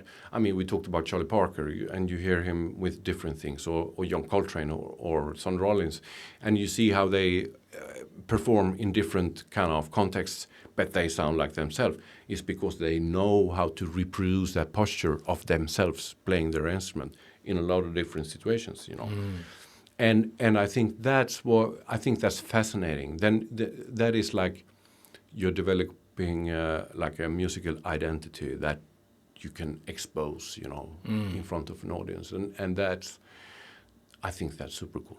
Very cool. There's a lot of psychology in there. I Yes. hear a lot of psychology, spiritual practice. It's kind of like a meditation state, getting centered, right? Knowing where you have the instrument, if it's aligned with you. Yeah. And also to understand, if it doesn't work, because that happens to anyone, that it didn't feel so good today, to figure out what it is. And with more experience, I see I can solve that. And that's another thing to kind of measure. When you play at your best, if you play some, when you send me your small clips, and I listen to them, when you play at your best, sometimes I feel like, oh my God, maybe I should stop playing. This sounds great now, But then you have moments maybe when it doesn't work for you, or it's the same for me. But one thing that kind of is a first sign that you're becoming like better and more advanced, that is like your consistency is much better. So you have that ability to solve the situation and actually sound good every time you take up your instrument. And that's a lovely challenge. I love that. Yes, and that's fascinating because, again, when we speak about music and jazz and these things, we're really speaking about a lot of aspects of life. I'm trying to take this to a more global level, but I see so many associations to just life in general. It is. Consistency. It is. Yeah. It's just what it's all about, not just in music. No. And getting to a point where even at your worst day, it's still pretty good. Exactly. Right? It's still pretty good. Yeah. You still, in sports, you need to be there where, if Roger Federer or Nadal or some of these big guys, even at a very bad day, they would still beat most players. Yeah. Or as a musician at a bad day with the reed and everything, whatever, it's still, to a certain level. It doesn't drop from, it drops to, it's between 90 and 100, but it never goes to 20 no. or something, And to get to that consistency. I mean, we said here that one problem with arts is that it's hard to find an objective way to measure it. When it comes to the artist, I think the artist himself or herself has to create like the measurement. I have a measurement for it, and that is for what? For what is good enough for you? What is good and what is not so good for you when you play, or for others? For me when I play. So how do I measure myself? I measure myself by the vibration. I know now. Playing on the clarinet, for instance, I know how it's supposed to feel when when the whole instrument resonates well. And when the whole instrument resonates well, you don't need to play very much. You could play one note. And people will kind of, whoop, turn their head on you. I see it all the time, you know. Like I stand and play in situations, you know, and I see when I start playing how I get the attention from people is because I make a resonation that kind of it reaches out there. It reaches out there, you know. I have my, you know, little place where I study. I see people stop in the street and listen, and sometimes I meet people and say, "Oh, it's you're the guy playing." Then I know that it resonates what I do, and that's how I measure it. And I can feel that in my mouth. I hear it with my ears. I feel it in my fingers. Here is the the vibration that kind of is hip, and this is something that grabs people. And that kind of vibration pulled me into music. I want to reproduce that. So my focus is very much on that. I hear in there, maybe I'm projecting stuff, but I hear that there's an element also of, again, getting a little bit outside of your way. Yeah, good expression. Yeah. Stepping a little bit outside of your own bubble. Stop being so conscious about absolutely everything and overthinking. Yeah. That there needs to be I'm trying to figure that out for myself as well when I'm playing. Yeah. But not only when I'm playing, also when I'm talking or dealing with people and so on. To be a little bit less self-absorbed. Yeah. And to connect more to the moment.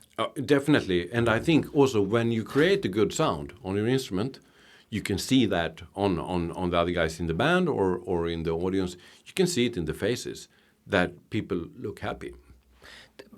And I think that's with everything, right? With actors or something. I mean, the best actors, they forget that there's a camera on, and they forget that they are in this role, and they're just so immersed in the moment. Yeah, exactly. Everything else disappears. Yeah, and it's kind of like a trance. Definitely. It's like a mini psychotic moment where you're outside of your ego consciousness, and you're there performing in tune with the moment, and then boom, you're back. And it's like, you know, again, Bert, who maybe he will listen to this at some point as well. I'd love to have him on the podcast as well. I had a chat with him. I've talked to him about this many times. He's a great artist. He's a painter. And it's fascinating how many parallels to art and to what he told me about the process of painting there is to this process.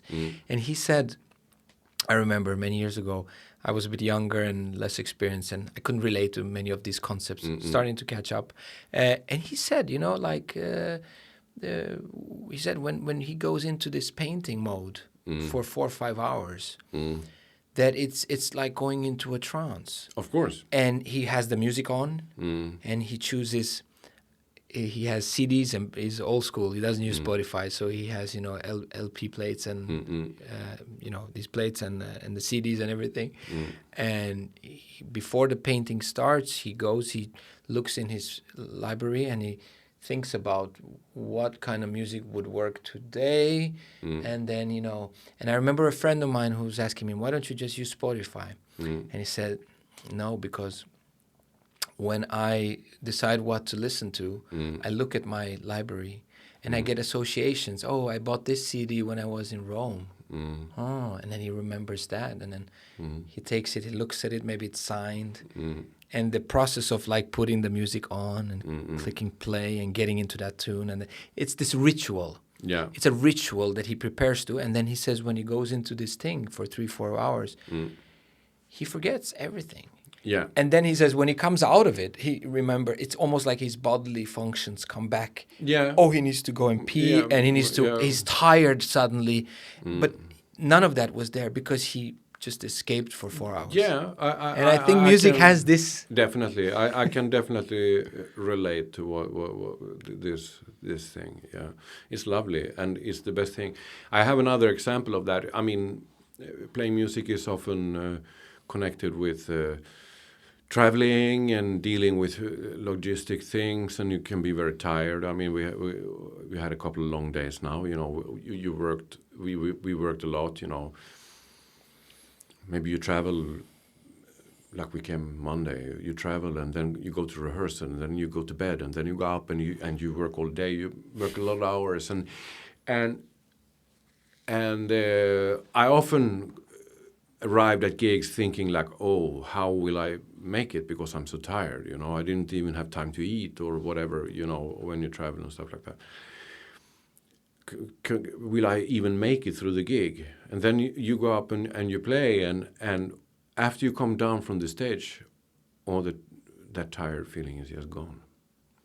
It happened to me so many times that the music kind of puts me right again, you know, like you're adjusted again. Yeah, I'm adjusted again, and that I mean that happens so many times, and it's so obvious that you do understand that there's something psychological going on when you're in Obviously. and that it's healthy for you. Yeah. It has like something healthy to it, like you said, like it connected with when you dream or sleep or something like that. It's like our brain, the state of mind that our brain works in, you know, playing music is similar to have a really good rest. Yes, again, therapeutic. Yeah. There's a healing mechanism to it. Definitely, you know. And I think also that's why music is so powerful. It's all under the radar, no? But that's so I mean someone that is not familiar with playing music or working with arts in general might think like, oh, they sound so almost religious. What's up with those guys? But I don't have that feeling. I have the feeling that it's a physical thing, you know, and we are like physical beings, and when you, like I said, you go to a certain posture and you stay there, it's healthy for you. I remember one thing about Coltrane when you mentioned this spirituality thing. He was very spiritual, obviously. So it seems, yeah.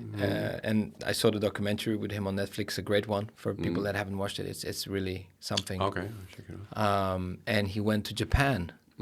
Oh yeah. And he was in Hiroshima or Nagasaki, I think. And there was a guy who saw him practicing in the graveyard or something, doing something on his soprano or something. And then they would ask him, "What are you doing?" Because it didn't sound like a song. It was just some practicing. And he said, "I'm trying to find the sound of Nagasaki." Okay. And the guy was like, "Okay." Yeah. So that's an extreme example, but it's not unknown that you know the spiritual connection with music is also one very important dimension. I mean, since we are dealing with something, as we said earlier here, that goes beyond words, you have to kind of have other hooks on it, and or like we said, you walk in the woods and you imagine one sound, and then you walk into the town and you imagine another one. You know, so of course it's so that to play music in a certain situation, it has to sit good in the situation. Sometimes I experience many times, for instance, that you prepare a piece of music, you rehearse it with the band, and you make a lot of decisions on how to do it, and that felt so great, and you go out from the rehearsal and you say like, good, there we have it, that's the way to do it. And then you go up on the gig, and it doesn't. And then you imagine that you're going to play that, and you feel, no, I cannot play it exactly like that today because that doesn't work for it. Doesn't inspire me to play it like that. Maybe I need to play it a little bit slower, or a little bit faster, or a little bit softer, or a little bit harder. Sometimes I can even. I mean, it depends on the situation. But if I go up on a stage where I have the possibility, you know. Sometimes everything is like organized. We're going to play this set, and it's going to be like this and that, you know. But typically for a jazz gig, a club gig, is that you can go up and play a little bit whatever you like. I might make a change to the song list in the moment because I feel that, okay, on my paper here that I wrote up, I'm supposed to play this song. But I actually want to play the next song instead. That would feel much better. Then I can make the change. And that's a little bit like what you explained there, that in the moment there are certain things. It's a little bit, you know, like the game when you put the round cloth through the round hole, or the square thing through the square hole, you know. you have to go with something that kind of makes it in the moment, and I think that's what jazz is about also, and maybe that was what John Coltrane meant, you know, that I don't know, but there's definitely like an emotion part of you that kind of guides you what feels right or what doesn't feel so right, you know, in the moment, and I think that improvised music, at least that improvised music, should be allowed to have that quality, that it's like a bit ever-changing, and that you express it in the way that it feels right to do it in the moment. Because if you don't allow for that liberty, why would you play improvised music at all? I mean, that's the function that improvised music has, that it can adjust to any moment, anywhere, you know, just by tweaking it, so it kind of goes down to the box, you know, in that situation. And that is like also what are you looking for in the players you play with in a good band with improvisers? Well, that's the players that can kind of solve that in the moment, and you start to play in a certain way, and the guys hear you and they adjust to that, and we grab it from here. That's the natural way to do it now. That means also that you hopefully can start to play that good vibration right away. You don't need like half the gig to get to the point. You can go right up there and bam, it sounds great from the first moment. And that's also something that I noticed when I was young and started to go to concerts. You know, I did that all the time when I could. That was that the good players, they just went right up, 3, 4, bam, and it was there. It's like on or off. And when it was on, and it was like wow. And then they stopped, and it was done. It was like, and that has to do with that ability to adjust to the situation and just express yourself, you know. There's a lot of parameters in action here. Could be like, if you play in different venues, there are like different types of acoustics that you have to adjust to. Maybe you play different concerts with different musicians. If I play one song a certain way with one player, maybe I want to play it slightly different with another player, just to kind of get the best out of every situation. So you get as close as possible to that nice thing that gets you going, you know. So that's also when I say that I have a measurement for myself. That is like the sound should vibrate in a certain way. So basically I feel good about it. Yeah. Like whoop, blue, does it feel good or bad? If it doesn't feel good, you have to make it feel good. So that's like how. But are there times I'm in a completely different path than you, so I'm experiencing this a lot more often. You probably experienced this when you were a lot younger, maybe now also to some extent. But do you feel sometimes that you're playing in a setting, and due to whatever, the song, the band, the acoustics, the place, whatever, that is, you're just not feeling it? You're just not, for whatever reason, it's just, again, it can be many things, but you're just not feeling it. You're not getting it out there as you would like to. I experienced it quite a lot. I would say I'm at a point where it's like 50-50 for me. Okay. Where 50% of the time it feels quite good, and then 50% of the time it's like, and it's not maybe the whole gig, but it's some certain parts, some certain songs, some certain settings. Do you experience that now at your level, and how do you deal with that? Well, I would say that, like we said, like consistency is measured. You say 50-50. I mean, maybe you should reach a point where at least 9 of 10 times it should be okay. I think if I come like properly prepared to the gig, and the whole gig in itself is properly prepared, then I should be able to present something acceptable every time. But of course, then it might be that it doesn't work for some reason, and then of course I do look at why if I see like playing at a certain place, or playing with a certain player, or playing a certain song that it has a tendency of not. Then you fix it. You go to the song. I fix it. I definitely. Or it's the tempo. It's just too fast. You can't play through it. I always analyze if something repeatedly doesn't work, or every time it doesn't work. I want to figure out why. For me, if it doesn't work, acoustics apart, or all those things, like if it doesn't work, it's mainly because I don't know the song. Yeah. And I think I knew it, and we're getting at it, and it's like, and I realize while I'm at it that I really don't know that song as well as I thought I did, or the tempo is too fast or too slow, and that throws me off balance. What happened? Or that I become very self, and then the consequence is I become self-conscious of how, and then probably I feel that I'm playing even worse, and then I try to recover from that, and it's this thing. That's an interesting thing.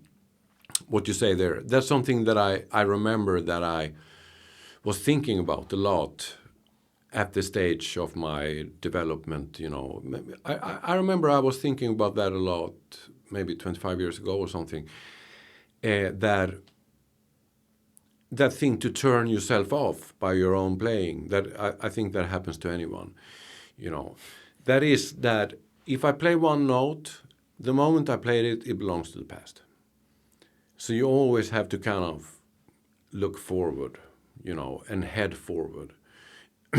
And I remember that I had a period when I kind of had this mind game that I started playing and it didn't work, and then I kind of have to forgive myself for not having it working, and then take a new thing and a new grip on it, blow a little bit more or blow a little bit less, or whatever I figured out in the moment was needed to be done, to reach to the point where I could live with it.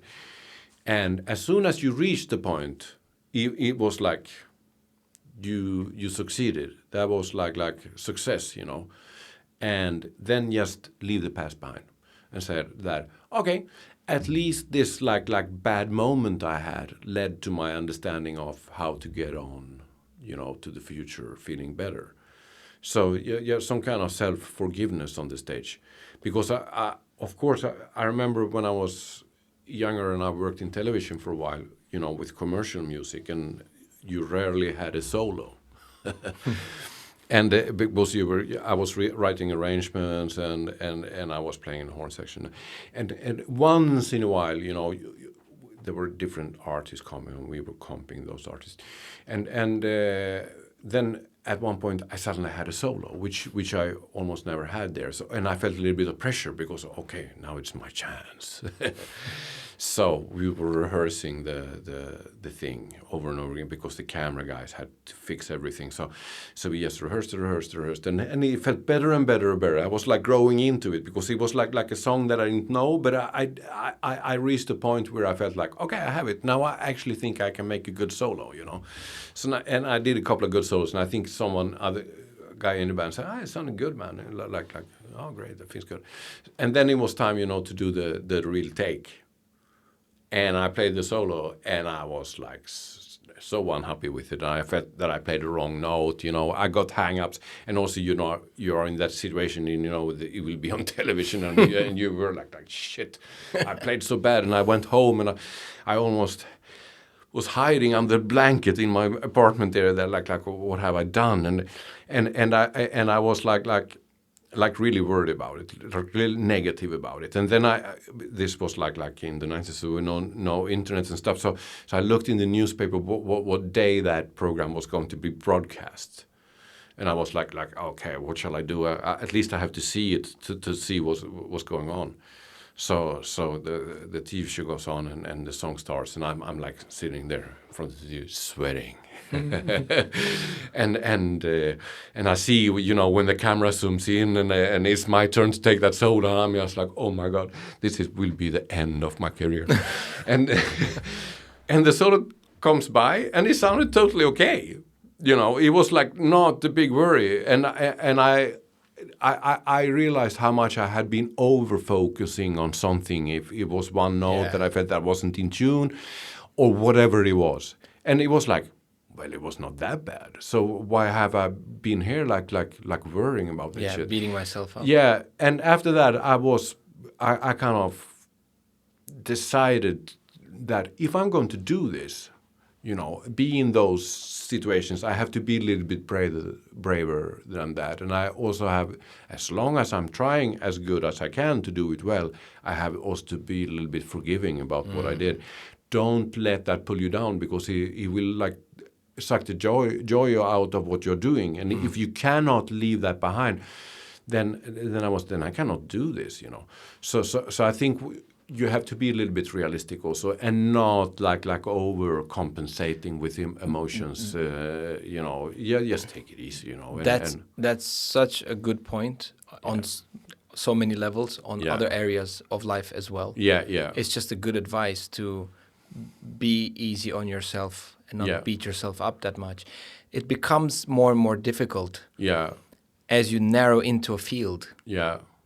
Because you know more about that, and you just the tendency is to become more and more picky, more and more careful. Yeah. You hear more. You're just more absorbed with it. You see all the nuances and the details, and it's very easy to just be very hard on it and on yourself. Yeah. And I think the challenge as you go deeper and deeper into this is to, in a sense, which is very ironic and paradoxical, to disconnect a little bit from it, to detach a little bit from it. Exactly. Right? You need to detach from that as a little bit, not identify so much with it and be, you know, whatever happened there, it happened, it's fine.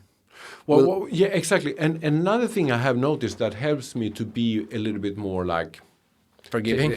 Forgiving and taking it a little bit easier on things. That is to try to be productive and do a lot of different things. Because if I do different projects that I like, you know, I connect and I record, I do things, then I'm not so much over-focusing on every part of it. Then I feel that from all the different things that I do, something good will come out, you know. And it's not that I have that one project that should express everything that will be so damn perfect. It's not like, okay, I put up 3 or 4 or 5 different projects and I work with it, and something good will come out from it. And some of them, if it does work, I just have to say eventually, like, I'm sorry, we put this aside for a while. Maybe I pick it up later or not, you know. That's a good strategy, to have more things. My strategy for dealing with forgiveness is to realize that no one's perfect. I'm not perfect. Yeah. I'm trying to get better. Yeah. I'm really trying to get better at whatever it is. Yeah. And to just understand that no one has it right, and we're all on a path towards getting a little bit better. Yeah. And that takes a little bit the pressure off. That's my mechanism. Yeah. That helps me a little bit. Well, I mean, what we do know also is that even the greatest ones were self-critical. I remember, I mean, we've been talking about John Coltrane sometimes, and I remember I had a period when I read a lot of biographies about him, for instance, and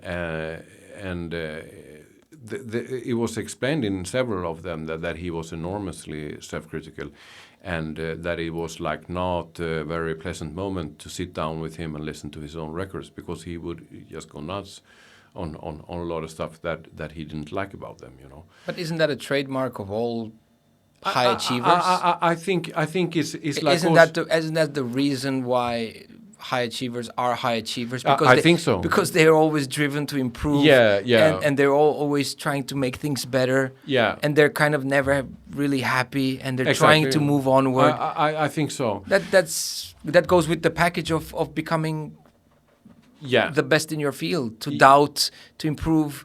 I think so, yeah. And to make that manageable in your life as well as you move forward, because you need to live in a good way as well.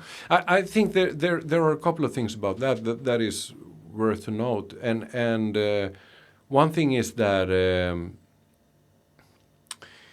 if I play improvised music, for instance, you play in the moment, maybe I have a certain kind of ambition of what that should sound like, what I'm trying to achieve. I mean, that in the case of John Coltrane, that seems obvious, because he had like different kind of ideas what he tried to incorporate in his music. Sure, why not doing that? Try to incorporate new elements and stuff. But what you never can do is you can never assume that it's going to sound in a certain way when you play improvised music. It's like improvised music has a bit of its own life. Yeah. And and that could be for good or for bad. If you have listened to what you have done with open ears, maybe you see that, okay, I did not reach to the point where I was aiming, but the point I reached to was actually even better. That can also happen.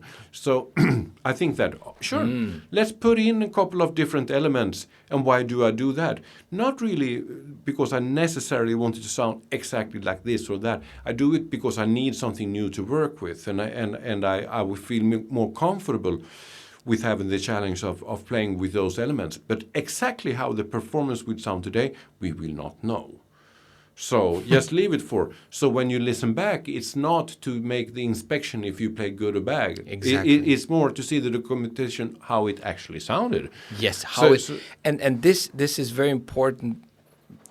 Again, this is I look this. There's so much psychology in this. We're talking about jazz and people that will listen to it. Some of them are jazz aficionados, and maybe some of them just love music and are hobby players. But I really think this is you're touching on some very important things that are very applicable in life in general. I think so, yeah. Take things as they come a little bit. If we don't have those dynamics, if we always measure everything out from an assumption how it should be, then we are almost prejudiced. Yes. You have to take things like they are, you know. And you're always stuck. Yeah. Because whatever you expect is also from where you are. Yeah. Yeah. Right? So whatever I expect comes from what I can see and perceive now. Yeah. Which is limited. Yeah. So again, this is also an invitation to opening up and exploring consciousness. Yeah, yeah. It's an invitation to take in things from the outside of our ego boundaries. Yeah. And allow for these things to show up. Yeah. On our radar. Yeah, yeah. As even if it's music or painting or something you wrote or said or did, to allow these things and to not, assuming what you're saying is not to like, again, judge it or have this idea of like good or bad, but to kind of look at it with a bit open-mindedness and let it challenge you a little bit. That's a good way to see it. And surprise you because... Yeah, exactly. Let it surprise you, and because I think in that process, again, it's an opening of the perspective. It's an opening, a broadening of what you didn't know, and an invitation for the unknown to step in. Yes. To step in, and then from that new level, new things can emerge. Exactly. And that's why you open up, right? To expand. Yeah. And it's only done by, in a sense, by being kind of disappointed. Disappointment comes with it. Yeah. And a little bit of frustration and these things. It's because, yes, you're doing things and seeing things that you didn't have on your radar. So it's always going to be challenging. Yeah. Right? I think it's a matter of also the capacity of being present. If you listen to something that you did and you do it with out from how you 1 day or 2 days earlier was imagining how it would sound, then you're actually not listening to it in the present. You're almost prejudiced from your own like weird mind how you thought it would sound, because if it didn't sound like you think, then obviously you were thinking wrong. Do you know what I mean? Yeah. Sometimes it could be that someone else did a mistake. I mean, if you do a mistake, then you have to take another take, you know. But assuming that things were actually at least, you know, done as good as you could in the moment, then you have to take the good with the bad, and that's, I mean, the world is not perfect. So, but again, perfection is also an idea that we have on our radar. This perfection thing. What I think the only thing I have actually that I have like a fixed point is that thing when I'm sitting there with my instrument. It could actually be that I could blow into my instrument and imagine that I put taps in my ears. I couldn't hear it. I can still feel when I do it right. Because it has a vibrating thing, and when I'm relaxed enough and I'm feeling my thing that it vibrates, that thing should be like that, because then I know that I'm like functioning on an optimal level. That's a physical grounding. Exactly, that's the word. make sure that you have the physical grounding in what you do. And if you don't have that, you need to kind of loose up, take a couple of breaths, maybe take a break, maybe take a glass of water, maybe practice the piece a little bit more, just to see, now at least that thing is right. And from that point, it just has to sound like it sounds, Yeah. That's the only thing we can really control and should be. Yeah. That's the starting point. Yeah, exactly. That's the starting point. And if it feels right from that point, then at least I know that I did my best. If you know what I mean. I know, yeah. Yeah, and then if something was not optimal, could be a bad song that I wrote, or it could be that one player didn't really catch what I did, could be bad acoustics, could be a lot of things that made it not optimal, but at least I will know that I did what I could in that moment, And you cannot expect more, I agree. Those are very, very interesting reflections. On so many levels. Yeah, not bad. No, not bad. I mean, that's jazz. To refer again, jazz is like that. It is what it is in the moment, It's more than jazz. I think we're talking about jazz. Definitely. But it is so applicable to almost all parts of life. Yeah. The grounding. Yeah.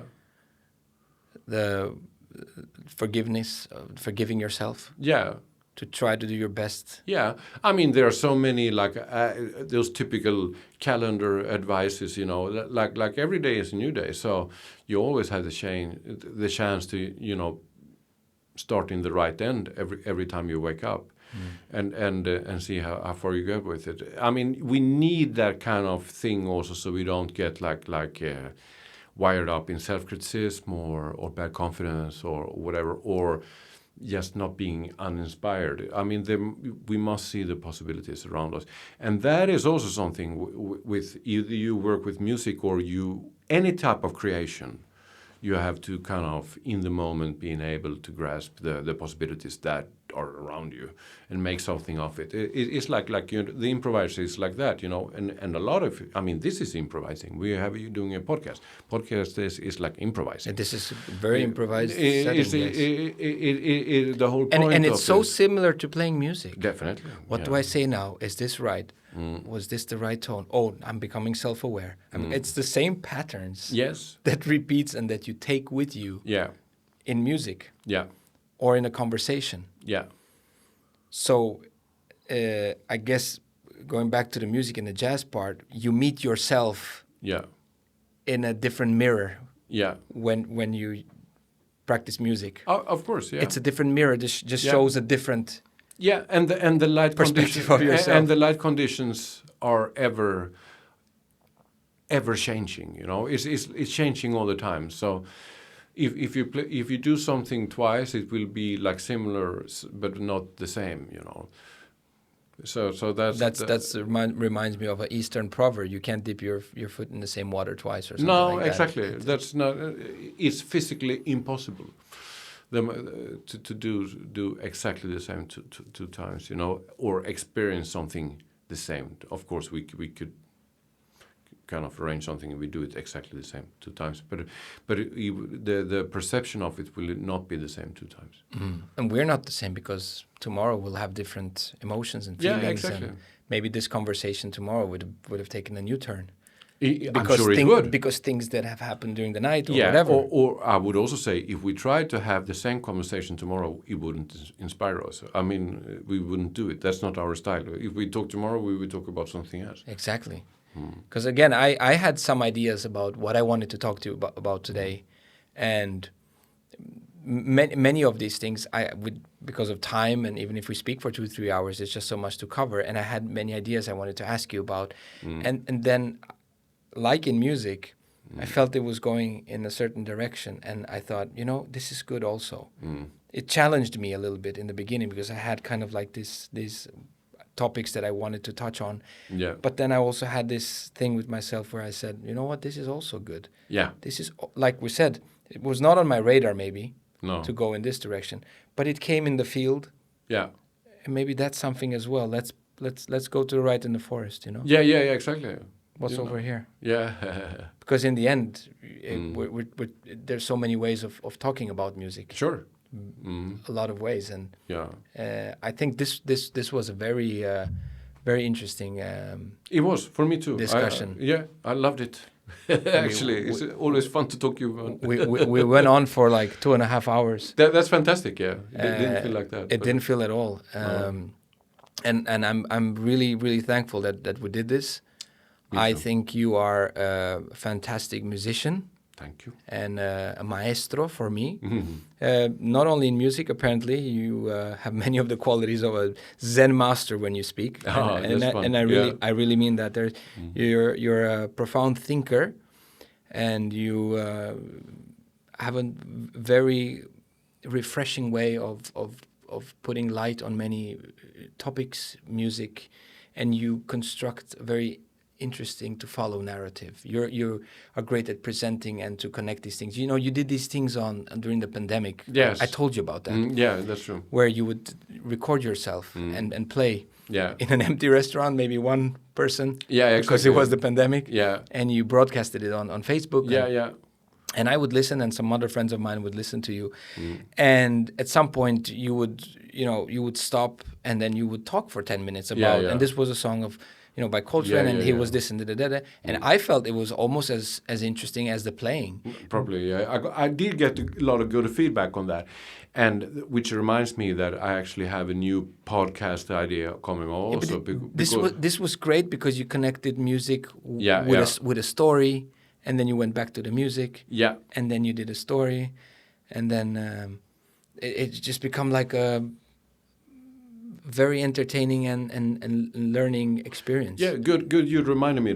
There were a lot of people that gave me good feedback on that. And then I kind of forgot about that. And I did other things. But I'm again trying to get it going with you here, but also with Ivar Brauer. Yeah.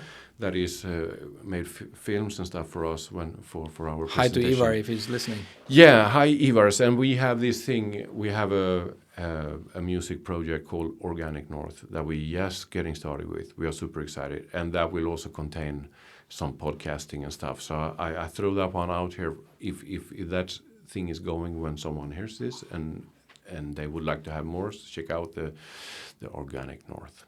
Yeah, I'll make sure to promote it when it comes out. Okay, perfect. We're working at promoting musicians, artists like you. Yeah. I'm looking forward to working a lot more with you, both as a teacher but also in the business context. Likewise, always a pleasure. This is such a great inspiration every time I come to Oslo and meet you and the whole staff and the musicians.